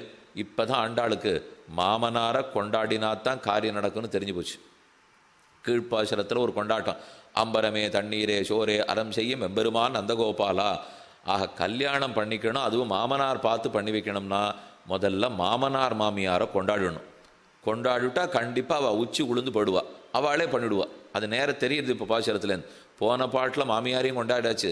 கொம்பனார்க்கெல்லாம் கொழுந்தே குலவிளக்கே எம்பெருமாட்டி ஆசோதாய் அறிவுராய் என்ன அவளையும் கொண்டாடினாள். இப்போ மறுபடியும் மாமனாரை சொல்லி உந்து மதகளித்தன் ஒரு பெருமை, நிறைய சொத்து செல்வம் இருக்குன்னு அர்த்தம். ஓடாத தோல்வலியன் நல்ல வீரர்னு அர்த்தம். நந்தகோபாலன், நந்தகோபாலனேன்னு கூப்பிட்டாள். நந்தகோபாலன் மருமகளே, அப்படிப்பட்ட பெருமை வாய்ந்த நந்தகோபாலனுக்கு மருமகளே எழுந்திருந்து வரணும்னு சொன்னால் பேச்சு மூச்சே இல்லை, உள்ளேந்து பதிலே இல்லை. அப்போ தான் ஆண்டாள் யோசித்தா, என்ன நம்ம கூப்பிட்டதை தானே தப்பாக கூப்பிட்டுருக்கோமா, யாருன்னு புரியலையாண்ணா, இவ சரியாகத்தான் கூட்டா. ஆனால் உள்ளே இருக்கிறவன் நினைக்கிறா, இந்த ஊரில் வந்து கொண்டு உந்துமதகளித்தன் ஓடாத தோல்வலியன் நந்தகோபாலன் மருமகளேன்னு கூப்பிட்டா 5 லட்சம் பேர் ஏன்னு கேட்பா. நந்தகோபாலன் மருமகளேன்னா ஊரில் இருக்கிற அத்தனை பேருமே நந்தகோபாலன் மருமகள் தான். திருப்பதியில் போய் நின்றுண்டு யாரெல்லாம் முடியை பெருமானுக்கு சமர்ப்பித்திருக்கிறீர்களோ வாருங்கோள்னு கூப்பிட்டா ஒத்தரா வருவார், ஊரில் இருக்கிற எல்லாரும் தான் வருவார். அதே போல் இந்த ஊரில் இருக்கிற மொத்த பேருமே நந்தகோபாலுக்கு நாட்டு பெண்ணு தான், எல்லாருக்கும் கண்ணன் தான் கணவன். அதனால உள்ள இருக்கிற நப்பின பேசாமல் இருந்துட்டாளாம். இவன் நம்மளையே கூப்பிடல, எத்தனையோ நாட்டு பெண்ணில் ஒருத்தியே கூப்பிடுறா போல் இருக்கு. அப்புறம் தான் ஆண்டாளுக்கு புரிஞ்சுது, ஓ இவ பேரை சொன்னா தான் இவ புரிஞ்சுக்க போறா. நந்தகோபாலன் மருமகளே நப்பின்னாய் என் அடுத்து விசேஷித்து அவளுடைய சிறப்பான பேரை சொல்ல, உந்து மதகளித்தன் ஓடாத தோல்வலியன் நந்தகோபாலன் மருமகளே நப்பின்னாய். கந்தம் கமழும் குழலி கடை திறவாய். கந்தம் வாசனை, கந்தம் கமழும் குழலி வாசனையோடு இருக்கக்கூடிய குழல் படைத்தவளே. இந்த இடத்துல ரொம்ப ஆச்சரியமான விசாரம். வாசனை குழலுக்கு இயற்கையில் உண்டா? உண்டான்னு பேச ஆரம்பித்து எவ்வளவு பெரிய வம்பு படிச்சுது. பெண்களுடைய குழலுக்கு இயற்கையிலேயே வாசனை உண்டான்னு ஒருத்தர் கேட்க போக, கிடையாதுன்னு ஒரு புலவர் சொல்ல, இருக்கேன்னு தெய்வம் சொல்ல, அதுக்கப்புறம் திறந்தாலும் குற்றம் குற்றமேன்னு இவர் பாட, இன்னி வரைக்கும் கதை கேள்விப்பட்டுட்டே இருக்க முடியலையோ. அந்த கஷ்டம் இங்கே கிடையாது. ஏன்னா நித்திய சூரியனுடைய அவதாரமாச்சே. நீளாதேவி நாச்சியார் நப்பின்ன பிராட்டி அவதரித்திருக்கிறபடியால் சந்தேகமே வேண்டாம், இயற்கையில் குழலுக்கு வாசனை உண்டுன்னு சாதிக்கிறார். கந்தம் கமழும் குழலி கடை திறவாய். அந்த குழலுக்கு இருக்கிற வாசனை அது மட்டும் இல்லை, பெருமாள் தன்னோட குழலுக்கு தான் வாசனை போட்டுக்கவே மாட்டாராம். அவர் எல்லாமே பக்தர்களுக்காக வச்சுருக்காரோ இல்லையோ, தானாக ஒரு அலங்காரம் பண்ணிக்க மாட்டார், தனக்குன்னு எதையும் வச்சுக்க மாட்டார். அப்போ இரவு முழுக்க படுக்கையில் நப்பின்னையோடே கிடந்தால் அவளுடைய குழல் அது ஆத்துறதுக்காக ராத்திரி வேளையிலங்கிறதுக்காக கொஞ்சம் இப்போ அப்படி சுலபமாக கட்டி விட்டுருப்போம் போல் இருக்கு. அதனால் கெட்டியாக திரிவேணி, வேணிங்கிறது தலைப்பின்னல் இல்லையோ, திரிவேணி சங்கம் திரிவேணி சங்கம்ங்கிறோம். கங்கா யமுனா சரஸ்வதி இந்த 3 நதிகளும் திரிவேணி சங்கமத்தில் கூடுறது. அப்படின்னா மகாலட்சுமி தாயாருடைய 3 பின்னல் முடிச்சு தான் அந்த 3 நதிகளும். இப்படி ஒரு நதி, இப்படி ஒரு நதி, அந்த 3 சேர்ந்து பின்னல் போட்டாப்புல லக்ஷ்மி சாத்தின்னு இருப்பலாம். அந்த பின்னலை இரவு பொழுதில் அவிழ்த்து விட்டு அதை அலையறிகிறாப்பில் உடுத்துட்டு ஓய்வு எடுத்துட்டு சேனிச்சுட்டு இருக்கா. அந்த தலை பின்னல், அந்த தலைமுடி, அது பெருமான் பேரில் பட்டு இவர் பக்கத்தில் சேனிச்சுட்டு இருக்கார். அது பட்டு இவருடைய தலைக்கு வாசனையே அந்த தலைமையிலேருந்து தான் வந்து தான். இவர் தான் வாசனை போட்டுக்கவே மாட்டாராம். அதனால் அவளுடைய வாசனையே இவன் பேர்லையும் வீசுறது இல்லையோ. அப்போ உலகத்துக்கெல்லாம் கந்தத்தை கொடுக்கிறவர் பெருமாள், அந்த பெருமானுக்கும் கந்தம் கொடுக்கிறவன் நீர் போல் இருக்கு. சர்வகந்தா சர்வரசா உபனிஷத் சொல்றது. அனைத்துக்கும் கந்தவத்து பதார்த்தங்கள். ஒரு சந்தனத்துக்கு ஒரு வாசனை இருக்கு, புனுகுக்கு ஒரு வாசனை இருக்கு, கஸ்தூரிக்கு ஒரு வாசனை இருக்கு, தாமரப்பூவுக்கு ஒரு வாசனை இருக்கு. இந்த ஒரு வாசனையும் பெருமான் திருமேனியிலிருந்து தான் அது பெருமான். இதனால தான் கீதையில கண்ணன் சொல்லச்சே ரசோகமப்சு கௌந்தேயான்னு ஒரு ஸ்லோகம். கௌந்தேய, தண்ணீரில் இருக்கும் ரசமாக நான் இருக்கிறேன், அக்னியில் இருக்கும் எரிக்கும் சக்தியாக நான் இருக்கிறேன், காற்றில் இருக்கும் உலர்த்தும் சக்தியாக நான் இருக்கிறேன். அப்ப அந்தந்த பொருள், அப்ப தேஜஸ் பிரபாகம் சசி சூரியயோகோ, சந்திரனிடத்திலையும் சூரியனிடத்தில் இருக்கிற தேஜஸாக நான் இருக்கிறேன். அப்படி பார்த்தால் இங்கேயும் கந்தமுடைய பதார்த்தங்களுக்கெல்லாம் கந்தம் அவர் தானே கொடுக்கணும், ரசவத்தான பதார்த்தங்களுக்கு ரசம் அவர் தான் கொடுக்கணும். இந்த மாம்பழத்துக்கு இன்ன ரசம் இருக்கும், வாழைப்பழத்துக்கு இன்ன ரசம் இருக்கும். அந்த ரசத்தையும் அதுகள் பெருமாள் திருமேனிலிருந்து தான் வாங்கிக்கும். அப்போ ரசத்தை எல்லாம் அவர் தான் தரார், கந்தத்தை எல்லாம் அவர் தான் தரார். ஆனால் அவருக்கே இவள் வாசனை ஊட்டணும்னால் அப்போ அந்த கந்தங்கமழும் குழலுக்கு எவ்வளோ பெருமை இருக்கும். கந்தங்கமழும் குழலி கடை திறவாய், குழல் படைத்தவளே வந்து வாசகதவை தர. அப்போ நப்பின்னை கேட்கிறாள், விடிஞ்சுடுத்தான்னு. இத்தனை நாள் கீழே இருக்கிற பெண்கள்லாம் கேட்டாச்சு. இப்போ நப்பின்னே தொண்டர்களே கேட்டால் தலைவி கேட்க மாட்டாளா? அதனால் கண்டிப்பாக அவள் சேனிச்சுட்டு இருக்கா. கந்தங்கமழும் குழலி கடை திறவாய், வந்தெங்கும் கோழி அழைத்தனகான். பார்த்தா தெரியல, உன் காதல படலையா? கோழி கூவுறதே, வந்தெங்கும் கோழி அழைத்தனகான். ஒரு கோழி கூவினதெல்லாம் ஒத்துக்க முடியாது. வந்து எங்கும் கோழி அழைத்தனகான், பாட்ட தேவரீர் சரியா கேட்கணும். ஒரு கோழி அழைச்சதுன்னு நாங்கள் சொல்லலை, ஊர் முழுக்க கோழி கூப்பிடுறது பார். வந்தெங்கும் கோழி அழைத்தனகான் நப்பின்ன சொன்னா, அது உங்கள் கோழி, நீங்கள் திருகி கத்த சொல்லியிருப்பீள், அதனால கூவின்றிருக்கணுமோ. ஏன்னா கோழி கூவென்னுமால்னு பாசுரமே உண்டு. கண்ணனுக்கு ஒரு பெண்ணு வீட்டில் போய் கட்டாட்சிப்பறான். அவ ஒரு நாழிகை பொழுது என்னோட இருந்துட்டு கட்டாட்சம் பண்ணிட்டு போகணும்னு சொல்லியிருக்கா. ஒரு நாழிகை இருந்தால் எப்படி? ராத்திரிக்கு திரியாமான்னு பேர். 3 ஜாமந்தான் ராத்திரி, 30 நாழிகை தான் மொத்தமே. அதில் முதல் 10 நாழிகை நந்தகோபாலன் யசோதைக்கு பக்கத்தில் சத்தமில்லாத சயனிச்சுன்னு வரான். சட்டுன்னு எழுந்து புஷ்பாலங்காரம் சந்தனாலங்காரெல்லாம் பண்ணிவிட்டு நடு ராத்திரி 1 மணி வேளைக்கு அப்படி ஒரு வீடாக போகிறான். 2 மணி நாள் எல்லாருக்கும் அனுகிரகம் பண்ணிவிட்டு திரும்பி வந்து அதே 3வது ஜாமத்தில் திரும்ப யசோதை பக்கத்தில் சயனிச்சுன்னு வரான். இந்த நடுவில் இருக்கிற ஒரு ஜாமம் ஒரு 10 நாழிகை தானே. அப்போ ஒரு நாழிகைக்கு போனால் கூட 10 பெண்களை தானே பார்க்க முடியும். இதுக்காக பெருமாள் ஒரு உபாயம் கண்டுபிடிச்சார். சாமக்கோழின்னு கேள்விப்பட்டிருக்கீங்களா? சாமத்துக்கு சாமம் கோவும். அந்த ஒரு கோழியை எடுத்து மடியில் கட்டிப்பார். கட்டினுட்டு முதல் பெண்ணோட வீட்டுக்கு போகிறான். 2 நிமிஷம் இருந்த உடனே வேணும்னு உள்ள கையை விட்டு அதை திருகுவர். திருகின உடனே அது கூன்னு கத்தும். பெண்ணே கோழி கூப்பிடுச்சு, அதனால் ஒரு நாழிகை எடுத்து நான் பக்கத்து வீட்டுக்கு போகணும் அப்படின்ட்டு அடுத்த வீட்டுக்கு போகிறான். இது இப்படி மாறி மாறி வீட்டுக்கு போயிட்டு இருக்கிறச்சு ஆழ்வார் பாசுரத்தில் சொல்கிறது, எந்த பெண்ணு வீட்டில் இப்போ இருக்காரோ அந்த பெண்ணுடைய காதுக்கு கோழி கூவினால் நரகமாட்டம் இருக்கும். அடுத்த பெண்ணு அடுத்த வீடு இருக்காளே அவளுக்கு அதே சத்தம் சொர்க்கமாட்டம் இருக்கும். ஒரே சத்தம் இந்த வீட்டு பெண்ணுக்கு நரக்கமாட்டம் இருக்கு. அதை போல ஒரே பொருள் நமக்கு ஆனந்தத்தையும் கொடுக்கறது துக்கத்தையும் கொடுக்கறது சொல்லியும். ஒரே கண்ணன் பாஞ்சஜன்யத்தை ஊதினார். அந்த பாஞ்சஜன்யம் தூரி வேண்டியவா எல்லாருக்கும் அவ்வளவு நன்னா இருந்தது.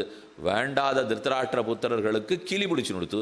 ரெண்டுமே தானே. பூங்கள் திருமுகத்து மடுத்தூதிய சங்கொலியும் சார்ங்கவில் நாணொலியும்னு பாசம். சங்கத்தின் ஒலி கேட்டு ருக்மிணி தேவி ஆனந்தப்பட்டா. கண்ணன் வந்துட்டார், நம்மளை கல்யாணம் பண்ணிட்டு போகிறார். அதே சங்கத்தின் ஒலி கேட்டு திருத்தராஷ்டிர குமாரர்கள் மயங்கியே போயிட்டார், பிராணம் போயிட போகிறதுங்கிறதுக்காக. இப்படித்தான் பகவானுடையது கோழி கூவென்னுமால்னு. இப்போ உள்ளே இருக்கிற நப்பின்ன சொன்னால், நீங்கள்லாம் இந்த கோழி என்ன பண்ணுவீள்னு எனக்கு தெரியும், ஆனால் வந்தெங்கும் கோழி அழைத்தது ஒத்துக்க முடியாது. நீங்களாக பார்த்து உங்கள் கோழியை கத்த சொல்லியிருக்கீள், நாழியாருது சீக்கிரம் எழுப்பணுங்கிறதுக்காக. அது அடையாளம் இல்லைன்னு விட்டாள். ஆண்டாள் பார்த்தாள், மற்ற 10 பேரும் தான் இப்படி பேசினான்னா இவளும் இதே மாதிரி பேசுகிறாளே, இவளாவது நம்ம அழைச்சின்னு கண்ணன்ட்ட சீக்கிரம் கூட்டின்னு போவோன்னு பார்த்தா, ஆக வந்தெங்கும் கோழி அழைத்தனகான். 2வது மாதவி பந்தல் மேல் பல்கால் குயிலினங்கள் கூவினகான். மாதவி பந்தல்னா குறுக்கத்தி பூவின் பந்தல். குறுக்கத்தி பூ உறவாய்ப்பூ, அந்த பூவாலேயே பந்தல் போட்டிருக்கா, பெரிய புஷ்ப பந்தல்.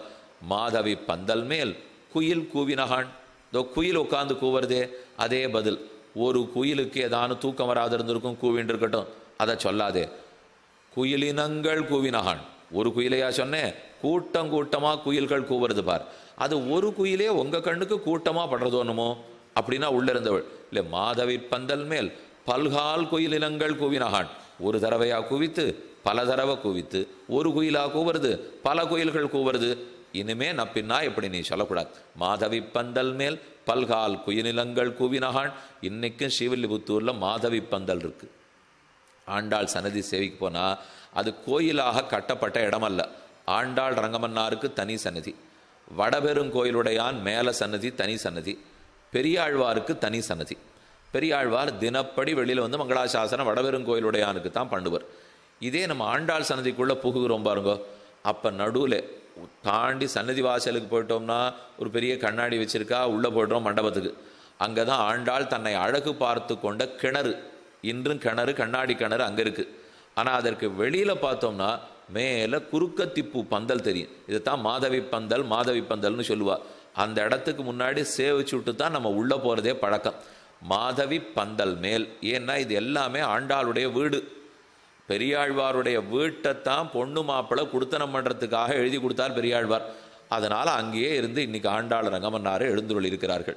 அது வீடாட்ட பல இடத்துல பார்த்தீங்கன்னா ஜன்னல்கள்லாம் இன்றைக்கும் வீட்டு சாளர மாட்டமே இருக்கும். எவ்வளவோ பழையது, அது அப்படியே இன்னைக்கு இருக்க போகிறதுங்கிறது அல்ல. எத்தனையோ மாற்றங்கள் நிகழ்ந்திருக்கும், கோயில்களாக மாற்றி கட்டியிருப்பார். ஆனால் இடம் அவருது, அவர் பார்த்து எழுதி வச்சது தான். மாதவி பந்தல் மேல் பல்கால் குயிலினங்கள் கூவினகான், பந்தார் விரலி உன் மைத்துனன் பேர் பாட. உள்ள இருக்கிற நப்பின்னை கேட்கிறாள், இவ்வளவு தூரம் நிர்பந்தப்படுத்தி கூப்பிடுறீங்களே எதுக்கு? நான் என்ன பண்ணணும்? வெளியில் இருக்கிறவர்கள் சொல்கிறா, உன் கோஷ்டியோட நாங்கள் சேரணும். சேர்ந்துட்டு நானும் நீயுமா சேர்ந்து, நாங்கள் எல்லாரும் கோட்டி, நப்பின்ன கோட்டி. இப்போ நம்ம எல்லாருமா சேர்ந்து பந்தார் விரலி உன் மைத்துனன் பேர் பாட. பந்தார் விரலி, கைகளில் பந்து வச்சுருக்கிற விரலோடு இருக்கிறவளே என்று நப்பின்னை கூப்பிடுறா. பந்து ஆர்ந்து இருக்கிறான்னா சேர்ந்து இருக்கிறான்னு அர்த்தம். நப்பின்ன கையில் அப்படி ஒரு பந்தை வச்சுன்னு பார்த்துட்டே இருக்காள்.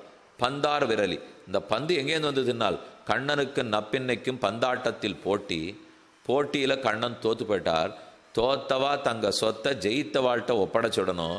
அதனால் பந்து கண்ணனுது, தோத்துட்டாரோ இல்லையோ, அந்த பந்தை இப்போ நப்பின்ன இடத்துல கொடுத்துட்டாராம். அதனால் பந்தார் விரலி. இந்த வேணும்னு இப்போ நம்ம இன்னைக்கு 4-5 மோதிரம் போட்டு வந்திருக்கோம்னு வச்சுங்களேன், எல்லாரும் இப்படி கூண்டே இருக்கணும். அப்படி கூட்டத்தானே அந்த மோதிரம் தெரியும், ஓ புது மோதிரம் போட்டு வந்திருக்கீங்களா அப்படிங்கிற அளவு இல்லையோ.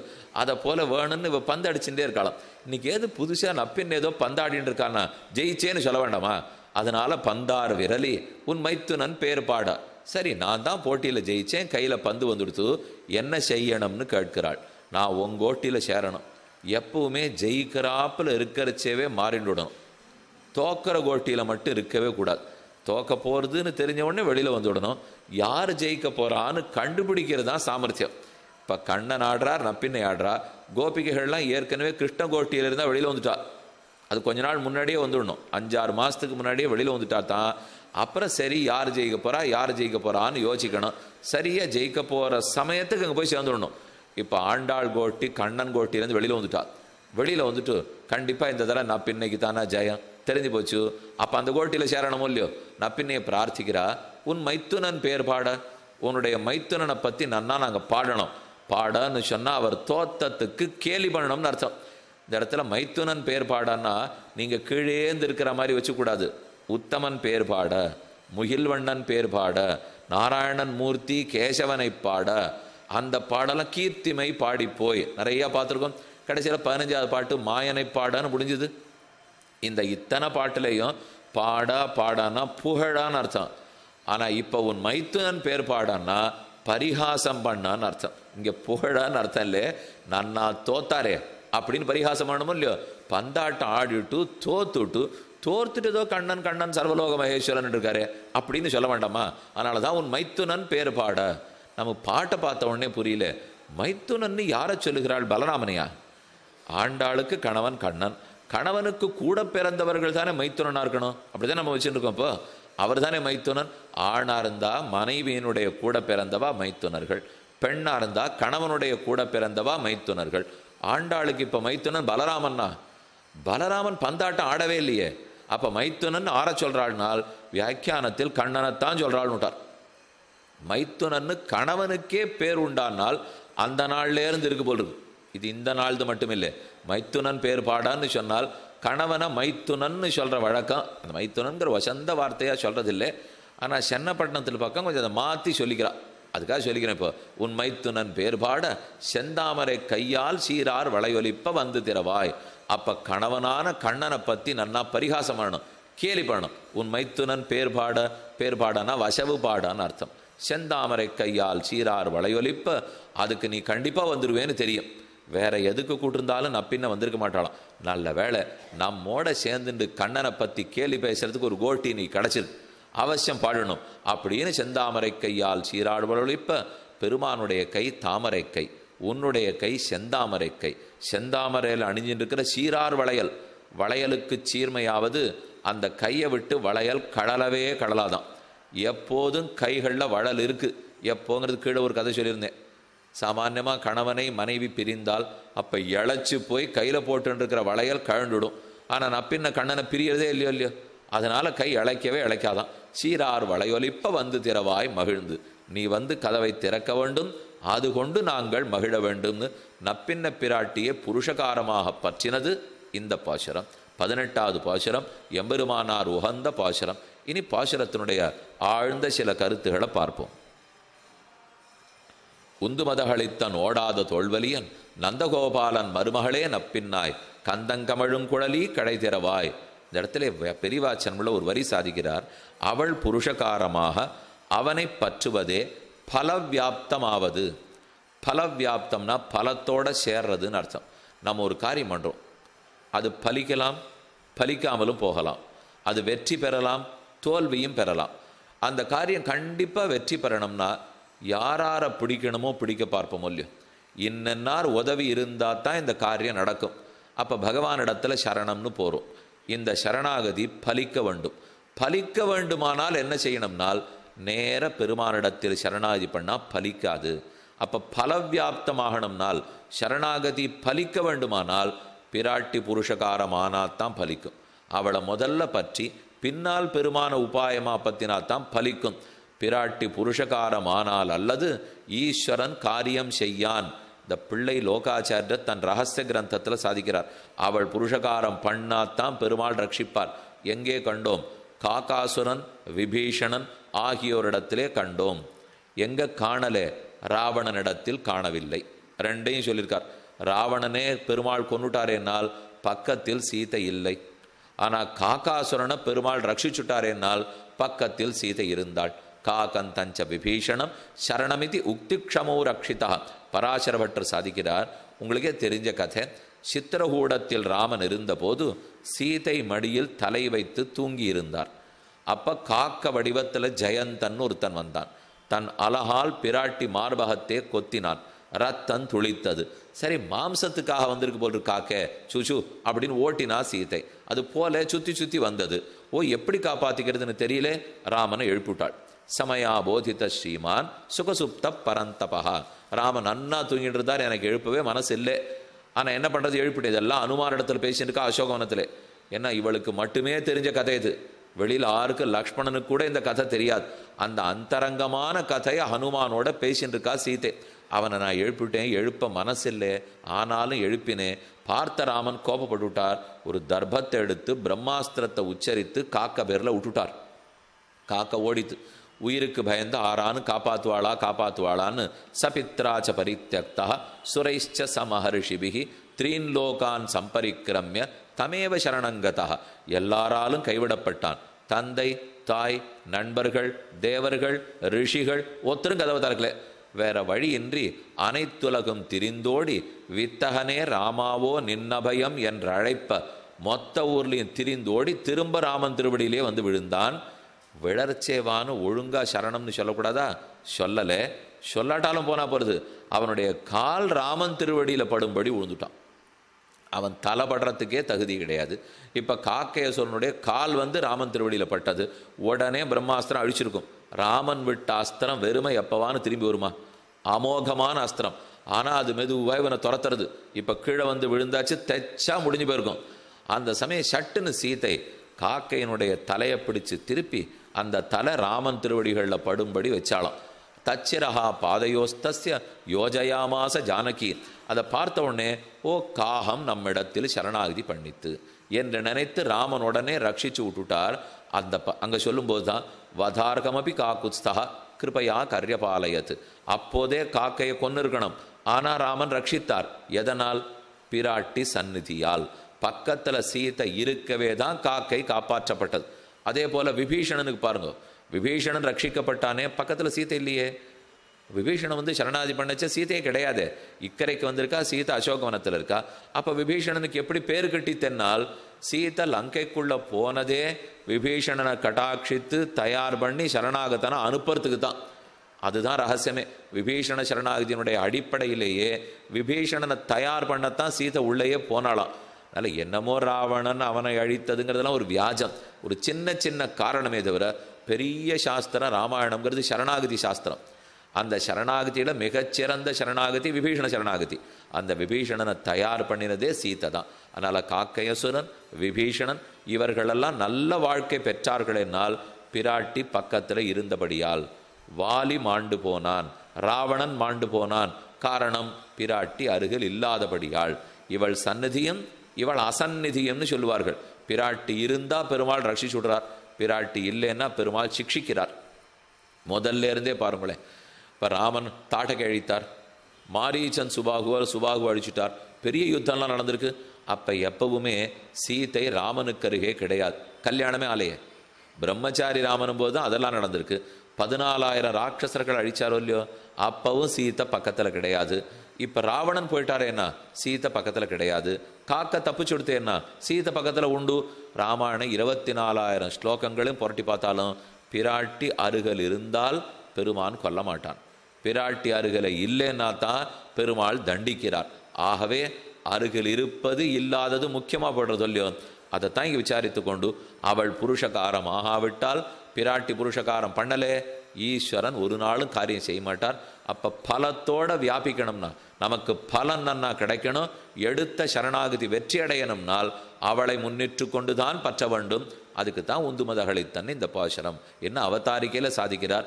இது ஒரு சந்தேகமே வந்தது சீதைக்கே.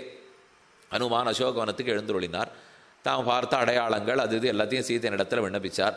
சீதைக்கு ஒரு சின்ன சந்தேகம், வானராணாம் நராணாஞ்ச கதமாசீத் சமாகமாக. வானரத்துக்கு நரத்துக்கும் எப்படி தோழமை ஏற்பட்டது, எனக்கு இது புரியவே இல்லையே. குரங்கும் கை கோத்துக்கிட்டோம், மனுஷனும் கை கோத்துக்கிட்டோம். மனுஷனும் குரங்கு என்னமா கை கோத்துண்டா? நீங்கள்லாம் வானர ஜாதி, ராமன் மனிதனாயிற்றே, மனிதருள் மாணிக்கமாயிற்றே. அப்போ அவர் எப்படி பிடித்தார்? அவள் எண்ணத்தை படித்த ஓட்டத்தை தெரிஞ்சு விட்டார் ஹனுமான். நம்ம வந்து பேசுகிற வார்த்தையை மட்டும் கணிச்சுட்டே இருப்போம், ஆனால் ரொம்ப பெரியவாளாக இருந்தால் எதை நினச்சி பேசுகிறான்னு புரிஞ்சுடுவா. பிரேக்ஷிக ஜாஸ்து கோசலாகான்னு சொல்லுவார்கள். எதிராளி மனசில் என்ன ஓடுறதுன்னு தெரிஞ்சு பதில் சொல்லணும் இல்லையோ. ராமன் அதில் ரொம்ப கெட்டிக்காரர். அவரோட சம்பந்தம் இருக்கிற ஆஞ்சநேயருக்கு அவராலேயே வாக்மி ஸ்ரீமான்னு பேர் வாங்கிவிட்டாரு. அப்படின்னா அவருக்கு அந்த சாமர்த்தியம் இருக்காதா? சீதை எதையோ நினச்சி கேட்குறா. அவள் எண்ணம் ஒன்றும் நரத்துக்கும் வானரத்துக்கும் எப்படி தொடர்புன்னு இல்லை. ஏன்னா ராமனுக்கு இருக்கிற எளிமை புரிஞ்சுவே இந்த கேள்வி கேட்பலா? ராமன் ஆரவணா சேர்த்துப்பன்னு சீதைக்கு தெரியும்.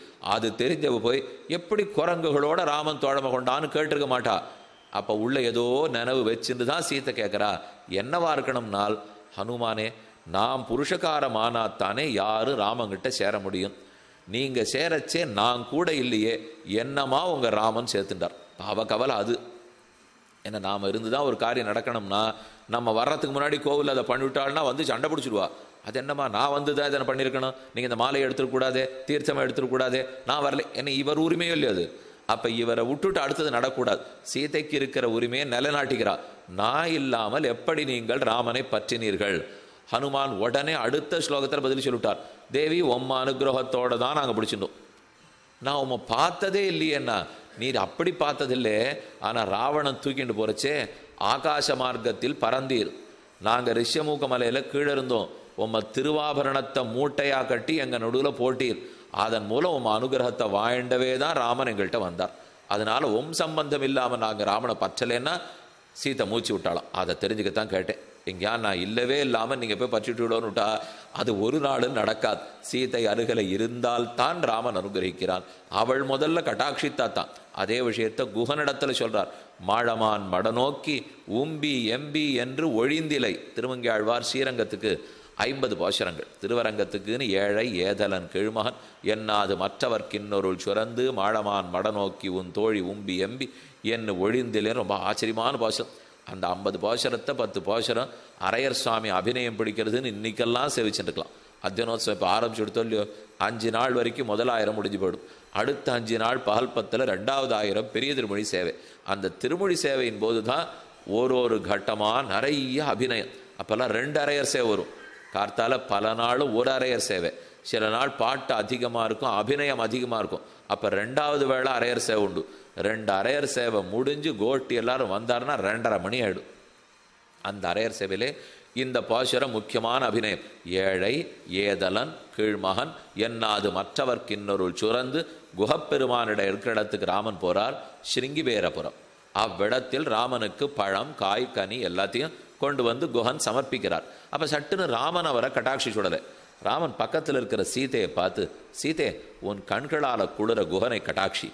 சீத்தை கேட்குறா, தேவரீரே இருக்கிறச்சே அடியே என்ன பண்ண போறேன்னா, நீர் பார்த்தா தான் தேவி நாம பார்ப்போம், நீர் பார்க்காதவனை நாம் பார்க்க மாட்டோம். ரொம்ப உயர்ந்த சாஸ்திரார்த்தத்தை குஹ பரிகரத்தில் காட்டினார் ராமன். ஓஹோ, பிராட்டி புருஷகாரமானால் அல்லது ஈஸ்வரன் காரியம் செய்யான். இந்த உண்மைகள்லாம் தெரிந்திருந்தவளான ஆண்டாள் பிராட்டியே புருஷகாரமாக பற்றுகிறாள்.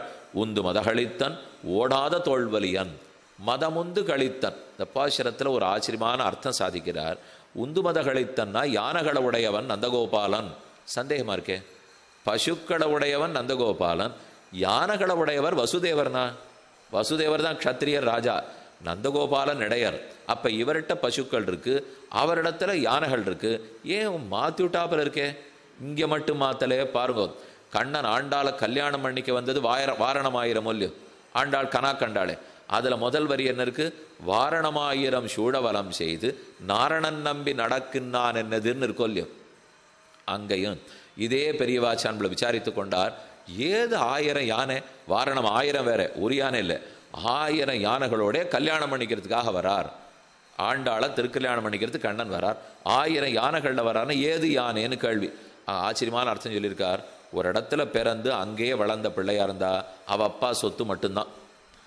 ஆனா பிறந்தது ஒன்றும் ஸ்வீகாரம் கொடுத்த பிள்ளையா இருந்துன்னு வச்சுங்க, 2 வீட்டு சொத்தும் அவனுக்கு தான். இந்த வீட்டு சொத்து அவளுக்கு, வந்த வீட்டு சொத்து அவளுக்கு. அதை போல கண்ணன் பிறந்த வீட்டு சொத்து யானை, புகுந்த வீட்டு சொத்து பசுமாடு, 2 அவரு தான். ஏன்னா பிறந்த வீட்டில் வசுதேவருடைய சொத்து ஆனை, அதனால அதையும் விடவே மாட்டாராம். இன்னொன்று, கல்யாணம் பொண்ணை கல்யாணம் பண்ணிக்க போறச்சே இரவல் வாங்கியானு சொத்து இருக்குன்னு போட்டுன்னு போகணும். அது இல்லைன்னு வச்சுங்க, ஒன்றும் இல்லையாக்கான்னு பண்ணிப்பாளோ மாட்டாளோ, பொண்ணை கொடுப்பாளோ மாட்டாளோ, தனக்கு நிறைய யானை இருக்குன்னுட்டு அன்னைக்கானு போய் கிரிக்கிட்டான் தங்கம் அது இதெல்லாம் கொஞ்சம் இரவலுக்கு கொடுத்து ஒரு 10 ரூபா கொடுத்து அதை வாங்கிட்டு வந்து போட்டுன்னு போயிட்டு மறுநாள் கொண்டு கொடுத்துடலாம். அதை போல கண்ணன் இப்போ 1000 யானைகளோட வந்தாராம். பார்த்த உடனே எல்லாரும் ஆச்சரியப்பட, ஓஹோ பிள்ளை ரொம்ப பெரிய இடத்துல தான் வந்திருக்கார். அதுக்காக வாரணமாயிரம் சூழவளம் செய்து, அங்கேயும் வாரணத்துக்கு தான் பாசனம், இங்கேயும் மதமுந்து கழித்தன்னு தான் பாசனம். அப்போ இப்படி பார்த்துங்க, ஒரு நாட்டு பெண்ணு கூட தன்னுடைய புக்ககத்தை பற்றி சொல்லச்சே இருக்கிறத இருக்கிறபடி சொல்லிக்க மாட்டாளாம், இல்லாததையெல்லாம் சேர்த்து சொல்லிக்கணுமா. அப்படின்னா 2 வகை. இல்லாததை சொல்றதுன்னா இல்லாத குற்றத்தை சொல்றதுன்னு இப்போ எடுத்து அதை நான் சொல்லலை. இப்போ இல்லாத பெருமையை கூட சொல்லிக்கணும்னு சொல்றாரு. இப்போ ஏன்னா இவாளுக்கு இருக்கிறது மாடுதான் சொத்து, ஆனா பசு சொத்தை தாண்டி ஆன சொத்தை பத்தி பேசியிருக்காளோ இல்லையோ. அப்ப இவாளுக்கு கிடையாது, என்ன இருக்குன்னு சொல்லணும். வந்த மருமகள் புக்ககத்துக்கு பெருமை சேர்க்க வேண்டாமா? அப்ப எது இல்லையோ, இப்படி பண்ணுவார் அப்படி பண்ணுவார், அதெல்லாம் இருக்கு, இந்த சொத்து இருக்கு, 4 வீடு இருக்கு, 8 கழனி இருக்கு அப்படின்னு சொல்லிக்க வேண்டாமா? அதனாலதான் உந்து மதகளித்தன் இவருக்கு நிஜமாவே இருக்கு, இங்கே இருக்க அங்கே இருக்க. வசுதேவர் தன் ஆனைகளை இவர் கொடுத்து வச்சிருக்கார். உந்து மதகளித்தன் ஓடாத தோல்வலியன் நந்தகோபாலன் மருமகளே நப்பின்னாய். அதான் சாதிக்கிறார். நமோஸ்து ராமாய சலக்ஷ்மணாய. இது ஹனுமான் தாம் பிரார்த்திக்கிறது. சீத்தை அசோகவனத்தில் ஆங்காங்கு தேடினார், எங்க தேடியும் கிடைக்கல. அப்ப யோசித்து பார்க்கிறார், நாம எங்கேயோ தப்பு பண்றோம் போல் இருக்கே. என்ன தப்பு? நாம் தேடுகிறோங்கிற எண்ணத்தோட தேடுறோம். ஆனா உண்மையில் சீதையன்னோ தன்னை வெளிப்படுத்தி கொள்ள வேண்டும். சீதையா தான் எங்க இருக்கேன்னு காமிச்சாத்தானே நான் தேட முடியும்னு ஒரு இடத்துல நிதானப்பட்டு அமர்ந்தார். சிம்சுபா விருட்சத்துக்கு பக்கத்திலே மேல் கலையில உட்காண்டிருக்கார். கை கூப்பிண்டு பிரார்த்திக்கிறார். நமோஸ்து ராமாய சலக்ஷ்மணாய தேவ்யைச்சதஸ்தை ஜனகாத்மஜாயை. அந்த சனகன் பெற்ற கொழுந்தான சீதையை பிரார்த்திக்கிறேன். தேவி நீரே தான் எங்க இருக்கீன்னு வெளிப்படுத்திக்கணும். என்னால் தேட முடியல, நான் கண்டுபிடிக்க போறேன் நினைச்சதே தப்புன்னு புரிஞ்சுவிட்டேன். தேவரீர் தான் வெளிப்படுத்திக்கணும்னு சொன்னார். சொன்ன அடுத்த க்ஷணம் கீழே பார்த்தா அங்கேயே அசோகவனத்தினுடைய சின்ன குளம், அந்த குளத்துக்கு பக்கத்தில் மரம், அந்த மரத்தின் கீழே சீதை இருந்தா. இந்த தேடி இத்தனை நாளி தேடிட்டு இருக்கேன், கிடைக்கவே இல்லையேன்னா, நீர் தேடினீர்னா கிடைப்பறா? அவள் காட்சி கொடுக்கணும்னா தான் கிடைப்பாள். அதே போலத்தான் இங்கே ஆண்டாள் பிரார்த்தனை. இப்போ தேவரீரே தான் அடி எங்களுக்கு கொடுக்கணும், வந்து திறவாய் மகிழ்ந்து. முதல் பாட்டு இப்போதான் முதல்ல நப்பின்ன பிராட்டி நடத்துல வந்திருக்கா. கண்ணனிடத்தில் இன்னும் போகவே இல்லை. அதற்குள்ள ரொம்ப தெளிவு பாருங்க. அத்தனை வயசான ஹனுமானுக்கு இல்லாத தெளிவு. ஆண் நவவியாகரண பண்டிதர், பெரிய தூதர் ராமதாசர், அவருக்கு தெளிவில்லை. தேடுன்னு தம் முயற்சியை தேடிட்டு அதுக்கப்புறம் சீதே தேவரீரே காட்டிக்கணும்னார். ஆனால் ஆண்டாள் எடுத்தெடுப்பு முதல் பாட்டு வந்து திறவாய். நான் தேடுறதா இல்லை, வீட்டு வாசலுக்கு வந்தாச்சு, நீர் தான் வரணும், நீர் தான் தேவரீரை வெளிப்படுத்தி கொள்ள வேண்டும். அதனால் நமோஸ்து ராமாய சலக்ஷ்மணாய போலே இவளை பற்றித்தான் அவளை பற்ற வேண்டும். அதே போல் லக்ஷ்மணன் ராமனிடத்தில் சரணாகதி பண்ணுறார். காட்டுக்கு போகணும்னு ராமன் கிளம்பிவிட்டார். சீதை நீ நாட்டில் இருன்னு சொன்னார். லக்ஷ்மணனே நாட்டில் இருங்கிறார். லக்ஷ்மணன் பிடிவாதமாக நான் கூட வருவேன், என்னை என் தாயார் பெற்றதே உன் கைங்கரியத்துக்காகத்தான் ராமா, நிறுத்தி விடாதே. அப்போ ராமன் திருவடிகளை பற்றி நன்னு சரணாதி பண்ணுறார். சீதாமுவாச்ச அதியசாக ராகவஞ்ச மகாவிரதம் சீதா சமக்ஷம் காக்குத்ஸ்தம் இதம் வச்சனம் அப்ரவீத். பக்கத்தில் இருக்கிற சீத திருவடிகளை பற்றி ராமனை நிபீட்ய ரகுநந்தனஹ, ராமன் திருவடிகளை கெட்டியாக சப்ராத்து சரணௌகாடம் நிபிட்ய ரகுநந்தனஹ சீதாமுவாச்ச அதியசாக ராகவஞ்ச மகாவிரதம். காட்டுக்கு கூட்டின் போகணும்னு ராமனிடத்தில் சரணாதி பண்ணச்சே கூட சீத திருவடியை பற்றித்தான் லக்ஷ்மணன் பிரார்த்தித்தான். அதனால் எப்பப்பவோ மோட்சத்துக்கு மட்டும் இல்லை, எது வேணும்னாலும் மகாலட்சுமியை முன்னிட வேண்டும். அது ராமாவதாரம். அதனால சீதையை பற்றி லக்ஷ்மணன் செய்தான். இவர்கள் கிருஷ்ணாவதாரமானபடியால் நப்பின்ன பிராட்டியை பற்றுகிறார்கள். உந்து மதகளித்தான் ஓடாத தோல்வலியன். இந்த நாட்டில் இதை போல ஒரு தோல்வலியை ஆண்டாள் பார்த்ததே இல்லையா. ஓடாதான்னு சொன்னால் நாட்டில் நடையாடாதான்னு அர்த்தம். நாட்டில் இதை போல ஒரு தோல்வலியை நம்ம பார்த்ததே கிடையாது. ஆயிரக்கணக்கான ஆணைகள் வச்சுருக்கார், அத்தனையோட சண்டை போட போவார். சாமி நந்தகோபாலன் ஏதோ வெளுத்ததெல்லாம் பால்னு இருக்கிறவர்னா நினச்சிருந்தோம். அவர் இவ்வளோ பெரிய சண்டைக்காரரானா? கண்ணன் அவதரிக்கிறதுக்கு முன்னாடி அவர் வெளுத்ததெல்லாம் பால், ஒத்தர்கிட்ட ஒரு கட்டம் பட மாட்டார். ஆனால் கண்ணன் அவதரிச்சானோ இல்லையோ, அவனை தொட்டில் போட்ட அன்னைக்கு இவர் வேல்கம்பு எடுத்தார்னா. தொட்டில் கண்ணனை கிடைச்சிருக்கா. ஆரோரு பெண்ணு வந்தவளுக்கு கொஞ்சம் கண் பார்வை மங்கள். அதனால் நூற்றுக்கணக்கான ஸ்திரீகள் வந்திருப்பாளோ இல்லையோ, வந்த கண்ணனுடைய தொட்டிலுக்கு கீழே அந்த மூலையில் ஒரு எறும்பு ஊர்றாப்பில் இருக்கேன்னு அவளுக்கு ஒன்று கண்ணே ஒழுங்காக தெரியல. அங்கே எறும்பெல்லாம் இல்லை, மேலே போட்டிருக்கிற புஷ்பத்தில் ஒரு தூள் கீழே விழுந்துருச்சு. அதை பார்த்து ஊர்றாப்பில் இருக்கேன்னா 8 வேலை எடுத்துட்டாராம். உடனே அந்த கோபாலன் வந்து தொட்டிலுக்கு பக்கத்தில் நின்று எங்கேன்னு வேலோட வராராம். என்னமோ புலி காத்துட்டு இருக்கா போலையும், அதுக்கு இவர் வேலை எடுத்துன்னு வந்து சண்டை போடுறா போலியும்னால் கண்ணன் திருமேனியில் இருக்கிற பரிவு அதுக்கு முன்னாடி வரைக்கும் வெளுத்ததெல்லாம் பால்னு இருந்தார். பரமசாதுவாக இருந்தார், அடித்தா கூட அழ தெரியாது. ஆனால் என்னைக்கு கண்ணன் அவதரித்தானோ அன்னிலேருந்து கூர்வேல் கொடுந்தொழிலன் அந்த கோபாலன் ஆயிட்டாரோ இல்லையோ. இதை முதல் நாள்லேயே பார்த்துட்டோமே, அவர் தான் கூர்வேல் கொடுந்தொழிலன். அதனால் இப்போ ஆனைகள் படையோடே ஓடாத தோல்வலியன் நந்தகோபாலன் மருமகளே நப்பின்னாய் கந்தம் கமிழும் குழலி கடை திறவாய். அவருக்கு இருக்கிற மிடுக்கு. ஓடாத தோல்வலியன்னா தோல் வலிமையை சொல்கிறாளோ இல்லையோ. இப்போ தோல் வலிமையை மருமகள் சொன்ன என்ன லாபம்? உலகத்துக்கெல்லாம் ஆபத்துனால் தேவர்களை போய் சரணம் போகலாம். தேவர்களுக்கு ஆபத்தினால் ருத்ரனை சரணம் புகுவார்கள். ருத்ரனுக்கு ஆபத்தினால் பிரமனை சரணம் புகுவார்கள். பிரமனுக்கு ஆபத்தினால் திருமாலை சரணம் புகுவார்கள். க்ஷீராப்தியில் போய் நின்று பெருமாள்கிட்ட பிரார்த்திக்கிறாளோ இல்லையோ. இவர்களெல்லாம் இப்போ ஆள வந்தால் ஸ்தோத்திரத்தனத்தில் சாதிக்கிறார்.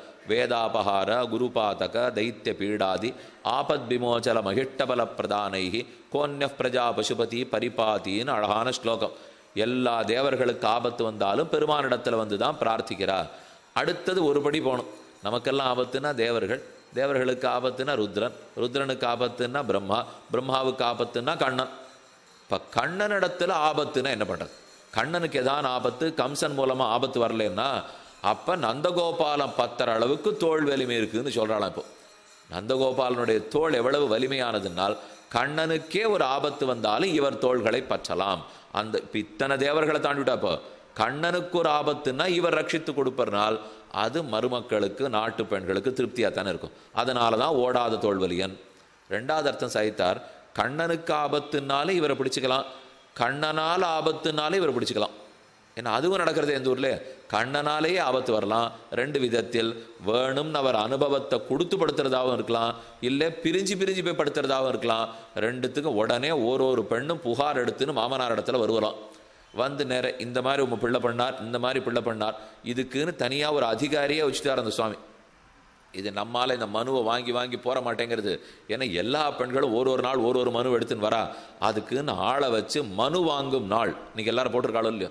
அந்த ஊரில் என்ன ஒரே மனு, நம்ம ஒரு நாள் தண்ணி வரல, அது வரல, இது வரல, வெவ்வேறு மனு. அந்த ஊரில் ஒரே மனு அச்சு போட்டு வச்சுனுட்டா. கையெழுத்து போடுறது தான் வேற வேற. மனு ஒன்னே ஒன்று, கண்ணன் படுத்தினார், ஒரே வரி தான் மனுவில் இருக்கும். கீழே ஒரு திருத்தி ஒரு நாள் கையெழுத்து போட்டுருக்கா. அந்த மனுவை வாங்குறவர் தான் நந்தகோபாலன். மிடுக்கன், தோல் வலிமை உடையவர். என்ன இதன் பேர்ல கண்ணனால் ஆபத்து வந்தா கூட அந்த தோல் வைத்து ரட்சித்து கொடுக்கிறாரோ இல்லையோ. உந்து மதகளித்தன் ஓடாத தோல்வலியன் நந்தகோபாலன் மருமகளே நப்பின்னாய். மதுரையை நினைத்து 5 நாள். ஓஹோ, மதுரை பட்டணம் அந்த பக்கம், கோகுலம் இந்த பக்கம். அந்த பக்கம் மதுரை நினைச்சே கோகுலத்து பெண்டிலாம் பயப்படுவாளாம். என்ன கம்சன் இருக்கிற இடம். 6 பிள்ளைகளை கொன்ன இடம் இல்லையோ. கண்ணனுக்கு முன் பிறந்த 6 பிள்ளைகளுக்கு மரணம் மதுரையிலே. அந்த மதுரை நினைச்சாலே குழந்தைகள்லாம் பயப்படுவாளாம். கோகுலத்துக்கு வந்தவுடனே திருப்தியாக சிரிப்பாளாம். ஏன்னா ஓடாத தோல்வலியன். இங்கே தானே கண்ணனை ரட்சிக்கிறதுக்கு தோல் இருக்கு. அப்படி மதுரையை கண்டு பயந்தார். இவர் தோளை கண்டு கோகுலத்தில் பயம் நீங்கி இருப்பார்கள். மதுரை பட்டணம்னாலே பயம். ஆனா இவள் தோல் உயர்ந்தது. ந பிபேதி குதச்சனேதி ஏதகும் ஹவா வனதபதி கிமஹம் சாதுனா கரவம் கிமஹம் பாபம் அகரவமிதி. உபனிஷத்து சொல்றது ந பிபேதி. இந்த ஜீவாத்மா பரமாத்மாவை அடைந்தவன் பயப்படுவதில்லை, நடுங்குவதில்லை, தைரியமாக இருக்கிறான். இது உபனிஷத்து பிரம்மத்தை பற்றி சொல்லிட்டு இருக்கு. ஆனால் ஆண்டாள் இந்த பாசுரத்தில் அந்த பிரம்மத்தினால் ஆபத்து வந்தாலே நாங்கள் நந்தகோபாலனை தான் பிடிப்போம். ஏன்னா அவருக்கு இடத்துல அவரே எங்களுக்கு அனுகிரகம் பண்ண மாட்டேன்னாலும் இவரிடத்துல சொல்லி வாங்கிக்கிறோம். ஓடாத தோல்வலியன் நந்தகோபாலன் மருமகளே நப்பின்னாய். மற்ற எல்லாரும் எதை நினைச்சு பயப்படுவா? இவன் கொண்டுடுவானோ அவன் கொண்டுடுவானோன்னு பயப்படுவாளோ இல்லையோ. இந்த ஊரில் எதுக்கு பயம்னா அதெல்லாம் பயமே இல்லைன்னா. இந்த ஊரில் பயம் வேலியை நினச்சி தான் பயம். வேலியே பயிரமேறுதுன்னு கூற பாருங்க. அதை போல யார் ரட்சிக்கணுமோ கண்ணன், அந்த கண்ணனே நமக்கு ஆபத்து கொடுத்தாருன்னா என்ன செய்ய? அதனால தான் அவன் தீம்புகளுக்காக போய் புகார் பண்ற இடம் நந்தகோபாலன் மருமகளே நப்பின்னாய். நந்தகோபாலனுக்கு மருமகளுக்கு பேர் உண்டா? நேர கூப்பிட்டா என்னப்போ நந்தகோபாலன் மருமகள்னு சொல்லித்தான் கூப்பிடணுமானால் எப்பவும் பிராட்டிக்கு ஒரு பெருமையா. அந்த மாமனார் பெயர் கணவன் பெயர் அதை சொல்லிட்டு தம் பேரை சொல்லுண்டா தான் அவளுக்கு ரொம்ப திருப்தியா. ராவண சன்னியாசி வந்து நிற்கிறார். சீதையை பார்த்து நீ ஆறுன்னு கேட்கிறார். சீதை தன்னை பற்றின பரிச்சயம் சொல்லணும் இல்லையோ. தான் ஆறுன்னு கபட சன்னியாசி. ராவணன் பஞ்சவட்டியில் இருக்கும்போது கபட சன்னியாசி வேஷத்தை போட்டுண்டு சீதையை தூக்கின்னு போகிறதுக்காக வந்திருக்கார். அப்போ 2 பேரும் பேசிக்கிறா. சீதை தன்னை பற்றி சொல்லிட்டு இருக்கவே தேவையில்லை. ஆனால் அவள் நேர்மையானவள். ராஜ மரியாதையின்படி வந்தவரிடத்துல சொல்லணும். அப்போ தன்னை பற்றி சொல்லிக்கிறாளாம். ஸ்னுஷா தசரதஸ்யாகம் சத்ரு சைன்ய பிரதாபினஹா. நான் ஆறு தெரியுமோ? ராமன் மனைவின்னு முதல்ல சொல்லணும். ஜனககுல சுந்தரின்னு சொல்லணும். அவள் முதல்ல அறிமுகம் கொடுக்குறா. தசரதனுக்கு நாட்டு பெண். ஸ்னுஷா தசரதஸ்யாகம் சத்ரு சைன்ய பிரதாபினஹா. உடனே வால்மீகி எழுதினார், என்னத்துக்காக இதை போய் சொல்றாள்? இப்போ ராமன் மனைவின்னு சொல்லியிருக்கலாமே, ஜனகன் பொண்ணுன்னு சொல்லலாமே. ஏன் தசரதன் நாட்டு பெண்ணால் அவரை பற்றி கேள்விப்பட்டிருப்பார். அவனா ஒழுங்கா நடந்துக்கோன்னு அர்த்தமா. ஏன்னா ராமன் பெருமை இன்னும் ஒருத்தர் அவர் சண்டையே போட ஆரம்பிக்கலையே. இவர் போட்டு இனிமே இவருக்கு உலகத்தில் பிரசித்தி அடைஞ்சு அப்புறம்னா இப்போ நம்ம கணவனுக்கு ஒரு பெருமை இருக்குது, மாமனாருக்கு பெரிய பெருமை இருக்குன்னால் சட்டுன்னு போகிறச்சே சமயோசித்தமாக மாமனார் பேரை சொல்லிக்கணும். இவர் தான் எனக்கு கணவன்கிறதுக்காக சொல்லிட்டே இருந்து இவரை பற்றி தெரியவே தெரியாத ஒருத்தருக்கும். இவர் இனிமே தெரிஞ்சு இவர் பிரசித்தமாகி அப்புறம்னா நம்ம காரியம் நடக்கிறதுக்கு. அப்போ மாமனார் பேர் தான் தெரியும்னா சொன்னத்தான காரியம் நடக்கும். அதனால தான் சீதை ஸ்னுஷா தசரதஸ்யாகம். இது அங்கே. இதே போல ஹனுமான் இடத்துல பேசிட்டு இருக்கா அசோகவனத்தில். அப்பவும் சொல்றா சுதா சரசத்யாகம் தத்ருதைன்ய பிரதாபினா. அந்த தசரதனுக்கு நாட்டு பெண் நான் சொன்னவள் நினைச்சே பார்க்க முடியாத ஒரு வார்த்தை. ஹனுமான் இடத்துல சொல்றா, என்னுடைய தசரதன் மட்டும் உயிரோடு இருந்திருந்தா இந்த நிலைமை எனக்கு வந்திருக்காதுன்னாள் அவள். ராமன் விட்டுட்டாராம், தசரதன் விட்டுருக்க மாட்டாராம். ராமனை கொஞ்சம் தட்டி இகழ்ந்தே பேசிட்டா சீதை. என்ன 10 மாசமா ஒரு நடவடிக்கை எடுக்காது இருக்கார். இப்படி இருந்தா தசரதன் விட்டுருப்பாரா? சதுரங்க சைன்யத்தையும் படை திரட்டி இத்தனாழி வந்திருப்பார். காட்டில் இங்கேயும் அங்கேயும் அலைந்து வாலியே கொன்னியா, சுக்ரீவனே தேடினியா, கபந்தம் சொன்னானா, சரபங்கம் சொன்னானான்னு கேட்டுட்டு இருக்க மாட்டார். நேர இத்தனாழி லங்கைக்கே வந்து தவிடுபடியாக்கி என்ன சிரமிட்டு போயிருப்பார். அவர் இல்லை. அப்படிங்கிற துவனிக்கு அந்த அர்த்தத்தோட ஹனுமானிடத்தை அந்த தசரதனுக்கு நாட்டு பெண்ணான் என் செய்வேன் அவர் இல்லையே அப்படின்னு சீத்தை சொல்லிக்கிறாள்னால் ஒரு இடத்துல ஒரு கருத்தோட தசரதன் பேர் எடுத்திருக்காளோ இல்லையோ. அதை போல இங்கே எதுக்கு ஆண்டாளிப்ப நந்தகோபாலனை சொல்றா? நந்தகோபாலன் மருமகளே நப்பின்னாய், நப்பின்னைக்கு அவர் பேரை சொல்லிட்டா என்ன காரியம் யார் கேட்டாலும் கழுத்து போட்டுருவோம். மாமனார் பேரை சொல்லணும், சொன்னா சரி சரி ஏதோ அவர் பேரை சொல்லணும் வந்திருக்கா, அதனால அவள் வேண்டிய வேலையை பார்த்துட்டு போட்டோம் அப்படிங்கிறதுக்காக கழுத்து போட்டு விட்றா. நந்தகோபாலன் மருமகளே நப்பின்னாய், திருவாய்ப்பாடியில் எல்லாருமே மருமகள், அதனால நப்பின்னை என்று விசேஷித்து கூப்பிடுகிறாள். கந்தம் கமழும் குழலி கடை திறவாய், கந்தம் கமழும் குழலி கடை திறவாய், கடை திறவாய்னா வாசக்கதவை திறந்து விடுன்னு அர்த்தம். ஆனால் இவர் அர்த்தம் சொல்றார், உன்னுடைய கூந்தல்லையே அத்தனை மனத்தையும் சேர்த்து இழுத்து முடிஞ்சு வச்சுருக்கியே, கடை திறவாய், அந்த கூந்தலை அவிழ்த்து கண்ணனுக்குத்தான் மனம் கொடுப்பியா, 2 பேர் மனத்தை சேர்த்து எங்களுக்கு கொடுக்க மாட்டியான்னு கேட்கிறாள்னு வியாக்கியானம். அதனால கந்தங்கமழும் குழலி கடை திறவாய், கடை திறவாய் வாசக்கதவை தர, மடை போடாதே கடை திறன்னு அர்த்தமா. மடை போடுறதுன்னா தேக்கிறதுன்னு அர்த்தம் இல்லையோ.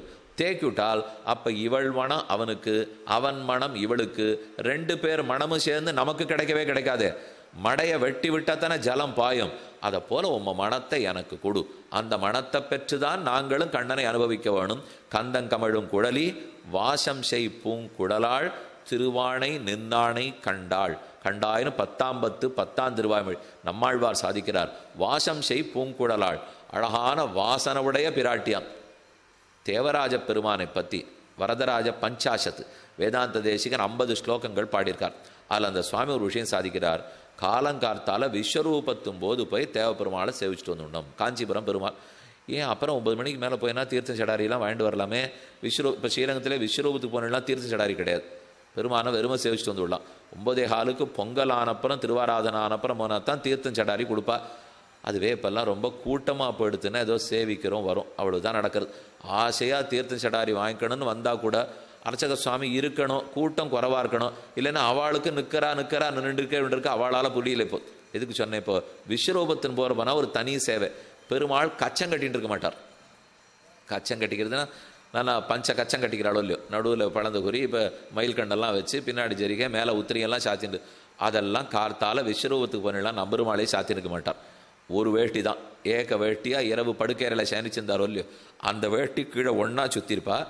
அந்த சுத்தலை அப்படி குச்சமாக எடுத்து அபயஹஸ்தம் வச்சுருக்காரோ இல்லையோ, இந்த ஹஸ்தத்துக்கு பின்னாடி சொருகிடுவா. அது சேவிக்கிறதுக்கு ரொம்ப ஆச்சரியமாக இருக்கும். இது விஸ்வரூபத்தும் போது மட்டும்தான் இந்த சேவை. அப்புறம் திருவாராதனை ஆயிடுத்துன்னா ரொம்ப நல்ல கிரகஸ்தராக பெருமாள் எழுதுவார். ஸ்ரீரங்கநாச்சியாரை கைப்பிடித்த மணவாளனா கார்த்தால் அனுஷ்டானத்தை எல்லாத்தையும் முடிச்சுட்டு நன்னா பஞ்சகச்சத்தோடு அப்போ தான் சேவிக்க முடியும். ஆனால் வேதாந்த தேசிகன் அது ஒத்துக்கலை. காஞ்சி தேவப்பெருமாளே நான் விஸ்வரூபத்தும் போது தான் சேவிப்பேன்னார். ஏன்னு கேட்டால் அந்த சுவாமி பதில் சாதிக்கிறார், ராத்திரி முழுக்க பெருந்தேவி தாயார் தான் தலையணையாக கை கொடுக்கணுமா. அந்த தலையணை கையில் தான் பெருமாள் தேவப்பெருமாள் தலையை வச்சுன்னு சேனிச்சுட்டு இருப்பான். அவள் இவ்வளவு வளையல்கள் அடுக்கின்னு இருக்காளாம். அந்த வளையலெல்லாம் இங்கே அழுந்தி இந்த கழுத்தில் இருக்கிற கோடு நாச்சியார் வளையல் அழுத்தின கோடாம். சாதாரணமாக மக்கள் எல்லாருக்கும் கோடு உண்டோ இல்லையோ, பெருமானுக்கும் திருவலயம் கோடு உண்டோ இல்லையோ, ஆனால் தேசிகன் சாதிக்கிறார் அந்த கோடு அவனா இல்லை அவனுக்கா கிடையாது, நாச்சியாருடைய கைவளையல் அழுந்தி அந்த கோடு வந்திருக்கு. அனிபிருத்த பரிரம்பை ஆகிதாம் இந்திராயாக கனக வலய முத்ரா கண்டதேசே ததானக. அந்த வளையல் எழுத்தின கோடு கொஞ்ச நாளைக்கு இருக்கும், விஸ்வரூபத்தின் வழிக்கு இருக்கும். இப்போ நம்ம ஏதானோ ஈரச்சோரில் கையை வச்சுருந்தோன்னா கொஞ்ச நாளைக்கு இருக்காதா, ஈரக்காலோட நடந்திருந்தால் கொஞ்ச நாளைக்கு இருக்குமோ இல்லையோ, அதை போல் நாச்சியாருடைய வளையல் கோடு கொஞ்ச நாளைக்கு இருக்குமா. கொஞ்ச நாள் கழிச்சு அது அப்படியே மறைஞ்சு போடுமா. போட்டோமே அப்புறம் சேவிச்சான்னா அந்த கோடு மறைஞ்சு போச்சுன்னா இவர் யார் வசத்துலையும் இருக்க மாட்டார். அந்த கோடு இருக்கிற வரைக்கும் தான் நாச்சியார் வசத்தில் பெருமாள் இருப்பார். அப்போ கார்த்தால் போய் அந்த கோட்டோட ஷூட்டாக கேட்டுடணும். நமக்கு என்ன வேணுமோ அப்போ கேட்டால் கோடு இருக்கிற பயத்தில் எதை கேட்டாலும் கொடுத்துருவார். ஏன்னா பக்கத்தில் அவள் இருக்காரோ இல்லையோ, 9:15 ஆச்சு, கோடு மறந்துது, ராவணன் கும்பகர்ணன் சிசுபாலன் எல்லாம் ஞாபகம் வந்துடும் இருக்கு. அதுக்கப்புறம் நம்ம போனால் ஒன்றுமே நமக்கு பண்ண மாட்டார். அதனால் அந்த கோடோட பண்ணிவிடணும். அந்த சமயத்திலே பெருமான கிட்டக்க போய் மோந்தா விஸ்வரூபத்தும் போது சேவிக்க போறச்சே மட்டும் அவர் பேரில் ஒரு வாசனை வருமா. என்ன அது தேவப்பெருமாள் வாசனையாகவே இருக்காதான். தேவப்பெருமாள் வாசனைன்னா என்ன, வேற வாசனைன்னா என்ன. தேவப்பெருமாள் வாசனைன்னா அயர்வரும் அமரர்கள் அதிபதி பரத்வம் பரத்வம் பரத்வம். அவருக்கு தெரிஞ்சதெல்லாம் மேன்மை. ஆதிராஜ்யம் அதிகம் புவனாலாம் ஈசதே பிசுனயன் கில மௌலிகி சூளிகா மணி சஹசிர மரீச்சேஹே. வரதராஜஸ்தவத்தில் கூறத்தாழ்வான் பிரார்த்திக்கிறார், என்ன நீண்ட கிரீட்டம், கைகளில் என்னமா திருவாழி திருச்செங்கு பிடித்தது, இவன் தான் அயர்வரும் அமரர்கள் அதிபதி, தேவர்களுக்கெல்லாம் நாயகன். நம்மாழ்வார் தன்னுடைய பிரபந்தத்தின் திருவிருத்தம் திருவாய்மொழி ரெண்டு பிரபந்தத்திலையும் முதல் பாசனம் பார்த்தீங்கன்னால், உயர்வர உயர்நலம் உடையவன் எவனவன், மயர்வர மதிநலம் அருளினன் எவனவன், அயர்வரும் அமரர்கள் அதிபதி எவனவன். அமரர்கள் அத்தனை பேருக்கும் அதிபதினால் தேவப்பெருமாளை நீங்கள் சேவிச்சீங்கன்னு வச்சுக்கோ, அவர் நேரம் இப்படி நிற்கவே மாட்டார். அவருடைய திருவாழி திருச்செங்கை இப்படி தான் பிடிச்சிட்டு இருப்பார். அவருடைய கிரீட்டம் பின்னோக்கித்தான் இருக்கும். அவர் பின்னாடி புறப்பாட்டில் பல்லக்கில் திருவாசி சாத்துறதே பின்னோக்கித்தான் இருக்கும். அப்படின்னு தகப்பனார் சொல்லுவார், இனிமே பின்னோக்கி நிமிர்றதுக்கு இடமில்லை அந்த பெருமாளுக்கு. அவ்வளவு தூரம் பின்னாடி நிமிர்ந்துட்டாராம். அவ்வளவு நிமிர்றார்னா நானே நானே நானேன்னு அர்த்தம். எனக்கு எதிரும் ஆறுமில்லை, எனக்கு மேலையும் ஆறுமில்லை. அவர் தான் ராமானுஜருக்கு அகமேவ பரந்தத்துவம் சொன்னவர் இல்லையோ. 6 வார்த்தைகள் தொடக்க வார்த்தை. அகமேவ பரந்தத்துவம், நானே பரதேவதை நானே பரதேவதை. அந்த பரதேவதையை பற்றினாத்தான் மோட்சம் கிடைக்கும். இனிமே நாம குனியறதுக்கு இடம் இல்லாத குனியணும், அவர் நிமிர்றதுக்கு இடம் இல்லாத நிமிரணும். நிமிர்ந்தாத்தான் அவருக்கு பெருமை, குனிஞ்சாத்தான் நமக்கு பெருமை. குனிய குனிய நம்ம எழுந்துடலாம். ஆனால் அவர் பெருமாள் குனிஞ்சா நம்ம விட்டே வைக்க மாட்டோம். அப்புறம் அவர் அப்படியே நிமிர்ந்துட்டு இருக்கிற அளவுக்கு தான் அவருக்கு நல்லதே தவிர, அவர் எங்கேயாரும் கொஞ்சம் குனிய போனாலே நம்மாட்டம் தான் போல் இருக்கு, நம்ம புத்தி இருக்கவே இருக்கும் இல்லையோ. அதனால் சட்டுன்னு அவரை பிடிச்சி நம்ம கீழே எழுத்துருவோம். அதனால தான் பெருமான் எப்போதும் நிமிர்ந்துட்டு இருக்கார். அந்த நிமிர்ந்தது தேவப்பெருமாள் வாசனைங்கிறது எது? பரத்வம், மேன்மை. மேன்மை அந்த வாசனை இருந்தால் நமக்கு காரியமே நடக்காது. அந்த வாசனை மாறணப்போ ராத்திரி முழுக்க பெருந்தேவி தாயாரோட சயனிச்சிருந்தாலும் இல்லையோ, அவ வாசனை பட்டு பட்டு பட்டு எளிமை எளிமை எளிமை.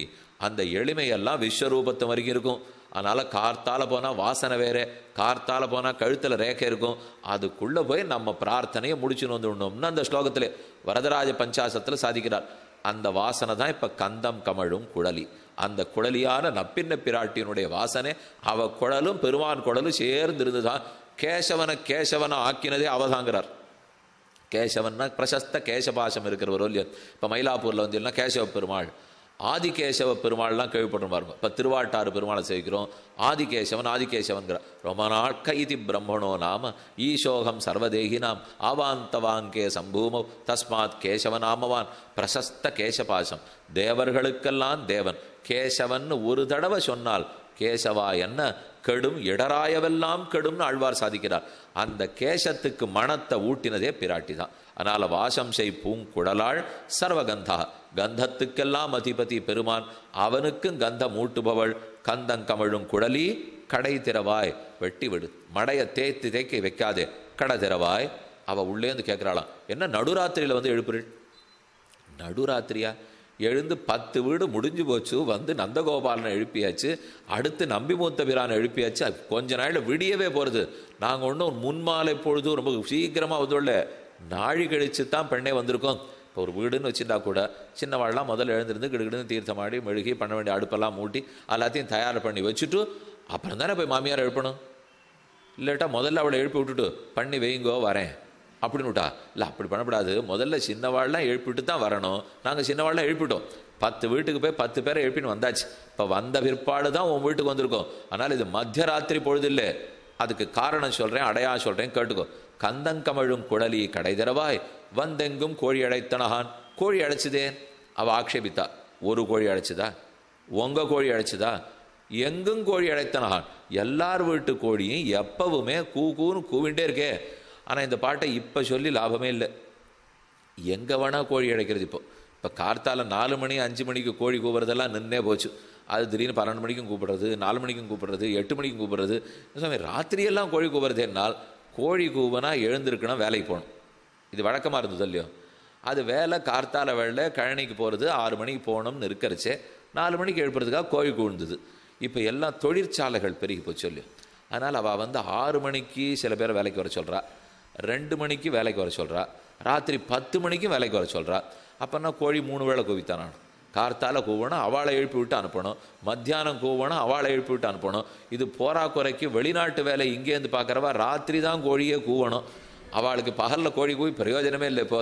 அப்போ இந்த நாளில் கோழி கூவுறது அடையாளமாக சொல்ல முடியாது, அந்த நாளில் சொல்லியிருப்பா. வந்தெங்கும் கோழி அழைத்தனகான் வியாக்கியானத்தில் விசாரிச்சின்றார். ஒரு பிராமண பெண்ணுக்கு கோழி கூவுறதை எங்கேருந்து கண்டுபிடிச்சாள்? உயிரோடு இருக்கிற கோழியை பற்றி பிராமணன் பேசவே கூடாது, அதுவே கூடாது. அப்புறம் உயிரற்ற கோழியை பற்றி நிச்சயமாக வாயில் வரவே கூடாது. இப்போ வாயில் கோழின்னு வந்திருக்கேன்னால் இப்போ பேசுறது பிராமண பொண்ணா இல்லையே, பேசுறது இடையர் பாவனையில் தானே பேசிட்டு இருக்கா.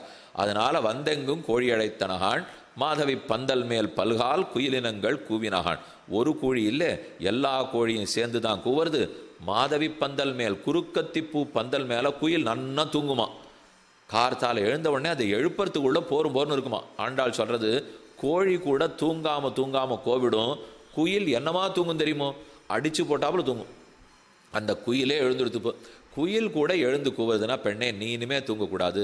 வந்தெங்கும் கோழி அழைத்தனகான் மாதவி பந்தல் மேல் பல்கால் குயினிலங்கள் கூவினகான்.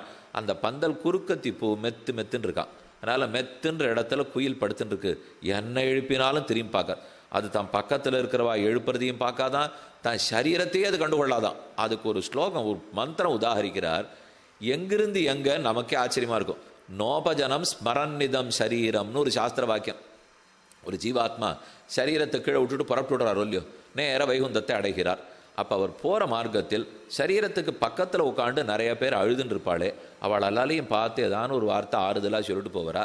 இல்லை கீழே இந்த சரீரத்தில் 80 வருஷம் வாழ்ந்திருக்காரோ இல்லையோ, உடம்பே நன்றி போயிட்டு வரேன் அப்படின்னு ஒரு வார்த்தை சொல்லிட்டு போகிறார்னா, நோபஜனம் ஸ்மரநிதம் சரீரம், அவர் கிடைத்தால் போரும்னு ஓடின்னு இருக்கார். தப்பி தவறி திரும்பி பார்க்க மாட்டான்னு சாஸ்திரம். என்ன பார்த்தா இத்தனை நாளும் முடிச்சிருந்தவா இப்போ முடிச்சு விழுத்துட்டாள்னா அந்த பயம்தான். இனிமேல் வேண்டவே வேண்டாம், கிடைச்சது கிடைத்ததாகவே இருக்கட்டும்னு போகிறார். அப்போ ஒரு ஜீவாத்மா, முக்த ஜீவாத்மா கீழே கிடக்கிற தன் சரீரத்தை கூட திரும்பி பார்க்க மாட்டாரோ இல்லையோ, அங்கேயே பார்ப்பாரோ இல்லையோ. அதை போல் இந்த குயில்கள்லாம் இருக்கே, திரும்பி ஒத்தர் கூப்பிடத்தையும் பார்க்கவே பார்க்காத நன்னா தூங்குமா. குயில் தூங்கிறதுக்கு வேத வாக்கியத்தில் அர்ச்சிராதி மார்க்கத்தில் பார்க்குறத சொல்கிறார் அவர். ஓ நோபஜனம் ஸ்மரநிதம் சரீரம்னுட்டு அப்படி இருக்கிற குயில் கூட எழுந்திருந்து வந்து விட்டதே. குயிலும் எழுந்திருக்கிறது, நீ எழுந்திருந்து வர வேண்டாமா? மாதவி பந்தல் மேல் பல்கால் குயிலினங்கள் கூவினகான் பந்தார் விரலி உன் மைத்துனன் பேர் பாட. குயில் இனம் இனமாக கூவுகிறது. நீ குயில் கூவுறது, நீ தூங்கிட்டு இருக்கியே, உன்னை பிரிந்து இருக்கலாமோ? உன்னை காணப்பெறாமையாலே நாக்கு ஒட்டினது தோற்ற இனமினமாக குயில்கள் பல நாளும் கூவுகின்றன. இந்த குயில் ஏன் தெரியுமா கூவுறது? விடிஞ்சிருத்து, விடிஞ்ச உடனே உன் முகத்தில் தான் இந்த குயில்கள்லாம் விழிக்கணும். ஆனால் நப்பின்னா நீ தானே தலைவி, இந்த குயில்களுக்கு உடமக்காரியோ இல்லையோ, உன் முகத்தில் விழிக்கலே, அதனால குயிலினங்கள் கூவினகான். குயில் ஒன்று இப்போ நல்ல பாட்டெல்லாம் பாடிட்டு இருக்கு இல்லையா, நப்பின்ன முகத்தில் விழிக்கலையேன்னு அதுக்கு ஆற்றாமையா. அந்த ஆற்றாமையால் பல்கால் குயிலினங்கள் கூவினகான். இப்போ நீ ஒன்று செய்யணும், குயில் கூவ சொல்லு, ஆனால் இந்த மாதிரி கூவ சொல்லாதே. பிரிவு வேண்டாம், ஆற்றாம வேண்டாம். உலகளந்தான் வரக்கூவாய்னு ஆண்டாள் பாசனம் இருக்குது. மென்னடையன்னம் பறந்து விளையாடும் வில்லிபுத்தூர் உறைவாந்தன் பொன்னடி காண்பதோர் ஆசையினால் என் பொருகையை கண்ணினை துஞ்சா இந்நடிசிலோடு பால் அமுதூட்டி எடுத்தவன் கோலக்கிளியை உன்னுடன் தோழமை கொள்ளுவன் வரக்கூவாய் உலகளந்தான் வரக்கூவாய். திருவிக்கிரம பெருமாள் வரார் வரார், ஆண்டாள திருக்கல்யாணம் பண்ணிக்கிறதுக்கு வரார் அப்படின்னு குயில் கூவினா உடனே குயிலுக்கு அக்காரடிசில் பழம் பால் சோறு எல்லாம் கொடுத்துருவாள் ஆண்டாள். அப்போது இது ஒரு காரியமானோம், கட்டியும் சொல்லணும். பராக் பராக் சொல்கிறாலும் இல்லையோ, அதை போல் வாசலில் பெரிய ஒரு சுவாமி எழுதுறானா அப்படி பராக் சொல்லலை, அப்படி பராக் சொல்கிறா பாரு, குயில் சொல்லணுமா? அப்போ கண்ணன் எழுந்துட்டார், கோபிகாஸ்திரிகள் வந்தாச்சு, நப்பின்னை எழுந்தாச்சு, இப்போ கண்ணன் வந்து நப்பின்னை திருக்கையை பற்ற போகிறார், கோபிகாஸ்திரிகளுக்கெல்லாம் அனுகிரகம் கொடுக்க போகிறார் அப்படின்னு குயில் கூவணுமா? அதை போல் கூவவை. அதை விட்டுட்டு எழுந்திருந்து நப்பின்னையே காணமே கண்ணனே காணமே எழுந்திருக்கவே இல்லைன்னு கூவின்னு இருக்கு. இப்போ அதை போல் கூவிடாதே. பல்கால் குயிலினங்கள் குவினகான் கான், உன்னை காணாதபடியாலே குயிலினங்கள் கூவினகான் பந்தார் விரலி உன் மைத்துனன் பேரு பாட. சரி, இவ்வளவு தூரம் நிர்பந்தப்படுத்தி கூப்பிடுறே, எதுக்காக நாங்கள் வரணும்? பந்த கையில் பிடிச்சிருக்கிறவளே, பந்தார் விரலி கிருஷ்ணனோடைய பந்தடித்து அந்த பந்தாட்டத்தில் ஜெயிச்சு அவன் சொத்தை கையில் வாங்கி வச்சிருக்கியே, பந்தார் விரலி. ஒரு கையால் கண்ணனை அணைச்சிட்டு இருக்காளாம், ஒரு கையால் இப்படி பந்தை வச்சுட்டு இருக்காளாம். இந்த ரெண்டையும் பார்த்து ஆண்டாள் சாதிக்கிறது ரொம்ப ஆச்சரியமான அர்த்தம். அவன் இவளுக்கு போகோபகரணம், பந்து லீலோபகரணம். லீலா லீலான்னா விளையாட்டு, லீலா கந்துக்கம், லீலா விளையாட்டு பந்துன்னு சொல்கிறாலும் இல்லையோ, இந்த கையில் இருக்கிற பந்து தான் மொத்த ஜீவாத்மாக்கள். இங்கே அணைச்சின்னு இருக்கிறவர் தான் பரமாத்மா. போகத்துக்கு இவர், லீலைக்கு இவர்கள். இப்படி நப்பின்ன ரெண்டாக கையில் வச்சுருக்காளாம். போகம்னா அனுபவிக்கிறதுக்கு, ஆனந்தம் அனுபவிக்கிறதுக்கு கண்ணன், விளையாட்டாக விளையாடின்னு இருக்கிறது ஆத்மாக்கள். ஒரு கையில் லீலைக்கு உபகரணம், லீலைக்கு கருவி பந்து, போகத்துக்கு கருவி கண்ணன். அப்போ இந்த கையில் போகோபகரணம், இந்த கையில் லீலோபகரணம், இந்த ரெண்டையும் வைத்து கொண்டிருக்கிறாள். அடுத்து இந்த கையில் நரன், அந்த கையில் நாராயணம். நரன்னு சொல்லிட்டா ஜீவாத்மாக்கள் இல்லையோ, ஜீவாத்மாக்கள்லாம் இந்த கையில் நரன், அந்த கையில் நாராயணனையே வச்சுருக்கா. இந்த நரர்களுக்கெல்லாம் ஆசிரியம், நரர்களுக்கெல்லாம் இருப்பிடமா இருக்கு நாராயணனா அந்த கையிலே. என்ன ரெண்டு அர்த்தம் ஜாய் சார். மூணாவது சொல்றார், இந்த கையில் விபூதி, அந்த கையில் விபூதிமான். விபூதினா சொத்து, எத்தனை லோகமா அவளுடைய சொத்து இல்லையோ. அப்ப விபூதி இந்த கையிலே பந்து ஸ்தானத்தில், விபூதிமான் இந்த பந்த உடையவன், இந்த விபூதியை உடைய பெருமான் இந்த கையிலே. இப்படி ரெண்டுமாக நீ வச்சுருக்கியே. அப்ப அகாரத்தால சொல்லப்பட்ட பரமாத்மா ஒரு பக்கம், மகாரத்தால சொல்லப்பட்ட ஜீவாத்மா ஒரு பக்கம், நடுவில் இருக்கிற மகாலட்சுமி உகாரத்தாலே வழங்கப்படுகிறாள். அகாரார்த்தோ விஷ்ணு ஜெகதுதய ரக்ஷா பிரளயகிருது, மகாரார்த்தோ ஜீவா ததுபகரணம் வைஷ்ணவமிதம், உகாரஹா அனன்யார்கம் நியமயதி சம்பந்தம் அனயோ. பராசரவற்ற சாதிக்கிறார். ஓம்காரத்தை பிரித்தால் அ உ ம. அ பரமாத்மா கண்ணன், ம ஜீவாத்மா, ஜீவாத்மாக்களைத்தான் பந்துன்னு சொல்லிட்டா. இப்போ பரமாத்மா கண்ணன் இந்த பக்கத்தில் இருக்கார். இவா ரெண்டு பேருக்கும் உத்ருதாசி விஷ்ணுனா லக்ஷ்மி, உத்ருதா விஷ்ணுனா லக்ஷ்மி உகாரேண உச்சத்தே சதா. நடு உகாரத்தாலே தேவியே சொல்லப்படுகிறாள். அப்போ உகாரமாக இருந்துட்டு விபூதிமானையும் விடாமல் விபூதியும் விடாமல் இருக்கியே. பந்தார் விரலி உன் மைத்துனன் பேர்பாட அஸ்ஸ ஈசானா ஜெகதா. இந்த ஜகத்துக்கெல்லாம் ஈஸ்வரி விஷ்ணு பத்னி, விஷ்ணுவுக்கு பத்னி. அப்போ நமக்கெல்லாம் தாய், விஷ்ணுவுக்கு பத்னி. தாயான தன்மையை விட்டுடாமல், பத்னித்துவத்தையும் விடாமல், மாத்திருத்துவம் பத்னித்துவம் ரெண்டும் இருக்கக்கூடியவளே. பந்தார் விரலி உன் மைத்துனன் பேர்பாட. தேவரீர் புருஷகாரம் பண்ணணும், உன் மைத்துனன் பேர்பாட. உங்க நிழல்ல நான் ஒதுங்கணும். பேர்பாடானா வசபாடான்னு அர்த்தம். நன்னா தேவரீர் ஜெயிச்சுட்டீர், அப்போ கண்ணனை நிந்திக்க வேண்டாமா? எங்கே கண்டோம்? கோதாவரியிலே ராமனுக்கும் சீதைக்கும் நீச்சல் போட்டியான். ரெண்டு பேரும் குதிச்சுட்டா. ராமன் மகாவீரன். இங்கேருந்து அக்கறைக்கு போனோம், பாறாங்கல்ல தொடணும், அங்கேருந்து இங்கே திரும்பி வரணும். நடுவர் லக்ஷ்மணன் தான், வேற யாரும் இல்லையே, அங்கே இருக்கிறத ஒருத்தர் தானே. அதனால் நடுவர் உட்காந்து வச்சுட்டா சரியா 3 பேர் தான் கோட்டி. இப்போ நடுவர் லக்ஷ்மணன், ஒரு பக்கம் ராமன், ஒரு பக்கம் சீத்தை. கிடுகிடுன்னு குதிச்சா. ராமன் ரொம்ப வேகமாக போனார். 8 போய் அந்த பக்கம் தொட்டா, திரும்பி வந்துட்டார். பாதி தூரம் வரச்சே பார்த்தா சுந்தரி சுகுமாரி சீத்தை மெதுவாக இப்போ தான் முதல் பாதி நதி கடந்துட்டு இருக்கா. பார்த்தவரோ 2 நிமிஷம் நம்ம ஜெயிச்சிட போகிறோமே நினச்சவர், இவளை எதுக்கு ஜெயிக்கணும்? ராவணனை ஜெயிக்கணும், கும்பகர்ணனை ஜெயிக்கணும், சீதை எதற்கு ஜெயிக்க வேணும்னு தோணித்து. நன்னா காமசாஸ்திரம் தெரிந்தவர் ராமன். பத்னிக்கு தோற்பான் பரம ரசிகன். யார் மனைவியினிடத்தில் தோக்கறானோ அவனுக்கு தான் ராசிக்கம் இருக்குன்னு அர்த்தம். அதை விட்டுட்டு வீட்டில் ஜெயிச்சுருக்கேன்னா வாழ்க்கை இனிக்கவே இருக்காது. வீட்டில் தோற்று வெளியில் ஜெயிக்கணும், அப்போ தான் வாழ்க்கை நல்லா இருக்குது. ராமனுக்கு ரொம்ப நன்னா தெரியும். அதனால தான் மூச்சை இழுத்து பிடிச்சுன்னுட்டு கோதாவரியில் கீழே போய் வெறுமை உட்காந்துட்டார். சீதை இக்கரையிலேருந்து அக்கறைக்கு போனால், அங்கேருந்து திரும்பி வந்தாச்சு. ஏறி லக்ஷ்மணன் இருக்கிற பாறையில் உட்காண்டாச்சு. ஜெயிச்சாச்சு. லக்ஷ்மணன் எழுந்து சீதை பக்கத்தில் நின்றுட்டார். இத்தனை நாழி லக்ஷ்மணன் ராமன் ராமன் ராமன்னார். தோத்து போயிட்டான் ராமன்னு தெரிஞ்சு போச்சு. சட்டுன்னு மாறிடணும், ஜெயிக்கிறாப்பில் இருக்கிறச்சே மாறிடணும் இல்லையோ. அதனால தான் சீதா கட்சிக்கு மாறிவிட்டார். மாறிவிட்டு சீதை ராமனை பார்த்து அவர் மூச்சு வாங்க ஏறி வரார். வேணும்னு அதை போல நடிச்சுன்னு ராமன் ஏறி வரார். வரதை பார்த்து சீத்தை சிரிச்சாளாம். நல்ல லக்ஷ்மணா, உங்கள் தமையனார் ஏதோ பெரிய வீரர்னு கேள்விப்பட்டேன். ஒன்றும் வசிட்டர் இடத்துல பாடமே படிக்கல போல் இருக்கேன். வில் வித்தே, இவரை நம்பி வேற காட்டுக்கு வந்திருக்கோமே. வில் வித்தே வாழ் வித்தே எல்லாம் சொன்னீங்களேனால் லக்ஷ்மணன் அப்போ சீத்தை பக்கம் சேர்ந்துட்டு, ஆமாம் தேவி, அன்னிலேருந்தே சொன்னேன் நீ நீச்சல் ஒழுங்காக கற்றுக்கலேன்னுட்டு. இவர் கேட்கவே இல்லை. இவருக்கு நீச்சல் மட்டும் தெரியாது. அந்த வகுப்புகளுக்கு மட்டும் ராமன் ஒழுங்காக வரவே இல்லை. வசிட்டர் மற்றதெல்லாம் கற்றுக் கொடுத்தார். இவர் தெரிஞ்சுக்கலேன்னு அவளோட சேர்ந்து லக்ஷ்மணனும் வெச்சானான். அப்போ அன்னைக்கு லக்ஷ்மணனு சீத்தையும் சேர்ந்து ராமனை இகழ்ந்தா போலே உன் மைத்துனன் பேர்பாட செந்தாமரை கையால் சீரார் வளையொலிப்ப. இப்போ பந்தாட்டத்தில் கண்ணன் தோத்துட்டாரோ இல்லையோ, நாங்கள் எல்லாம் உங்கள் கோட்டியில் சேரணும். அன்னைக்கு ஆணை சேர்த்துன்னு நீ பரிகாசம் பண்ணியிருக்க. நீங்கள் எத்தனை பெண்கள்ப்பா? பெண்களோட பெண்கள் சேர்ந்தா தான் பரிகாசம் நன்னா பண்ண முடியும். என்னதான் இருந்தாலும் லக்ஷ்மணன் ஏதோ போனா போகிறதுன்னு உங்கள்கிட்ட சேர்ந்துட்டவன். நாங்கள் எப்பவுமே உன் கோஷ்டி, கண்ணன் கோஷ்டி போவே மாட்டோம். அதனால் பந்தார் விரலி உன் மைத்துனன் பேர்பாட. பேர்பாடன்னா வசவு பாடான்னு அர்த்தம். பேர்பாட அவனுக்கு உள்ளதெல்லாம் நீ கொடுத்துருக்கே. ஒரு சொத்து இந்த கண்ணனுக்கு உண்டோ? பிறந்தன்னைக்கு ராத்திரி அனுப்பிச்சு விட்டுட்டார் பெற்றோர். இவ்வளவு தான் இந்த கண்ணனுக்கு சொத்து. பாண்டாள் சொல்கிறா, கல்யாணம் பண்ணி வந்துட்டே வாஸ்தவம் கொஞ்சம் பார்த்து பண்ணிட்டு இருக்கலாம். நல்ல பிள்ளையா பார்த்து, படித்த பிள்ளையா, பணக்கார பிள்ளையா, பெரிய இடத்து பிள்ளையா பண்ணிக்க மாட்டியா? அன்னைக்கு ராத்திரியே கிளப்பி ஊற விட்டு அனுப்பிச்ச பிள்ளையா பண்ணிப்பே? எல்லாம் பெருமையால் அவனுக்கு. ஆனால் அவருக்கு இருக்கிற சாமர்த்தியம் பாரு, என்னால லக்ஷ்மி என்னால லக்ஷ்மின்னு சொல்லிட்டு இருக்கார். அப்படி கிடையவே கிடையாது. உன்னால தான் கண்ணனுக்கு பெருமை. இந்த உண்மை எங்களுக்கு தெரியும். நாங்கள் இந்த உண்மை எல்லாருக்கும் சொல்கிறோம்னா நப்பின்னைக்கு ரொம்ப ஆனந்தம். பத்தியா, நம்மால தான் கண்ணனுக்கு பெருமைன்னு இவ ஒத்தி தான் நான் சொல்கிறேன்னு சொல்கிறான். அதனால் இவளை சேர்த்துட்டே செய்யணும்னா, கும்பர் மகள், கும்பன் யசோதைக்கு கூட பிறந்தவன், உடம் பிறந்தவன்.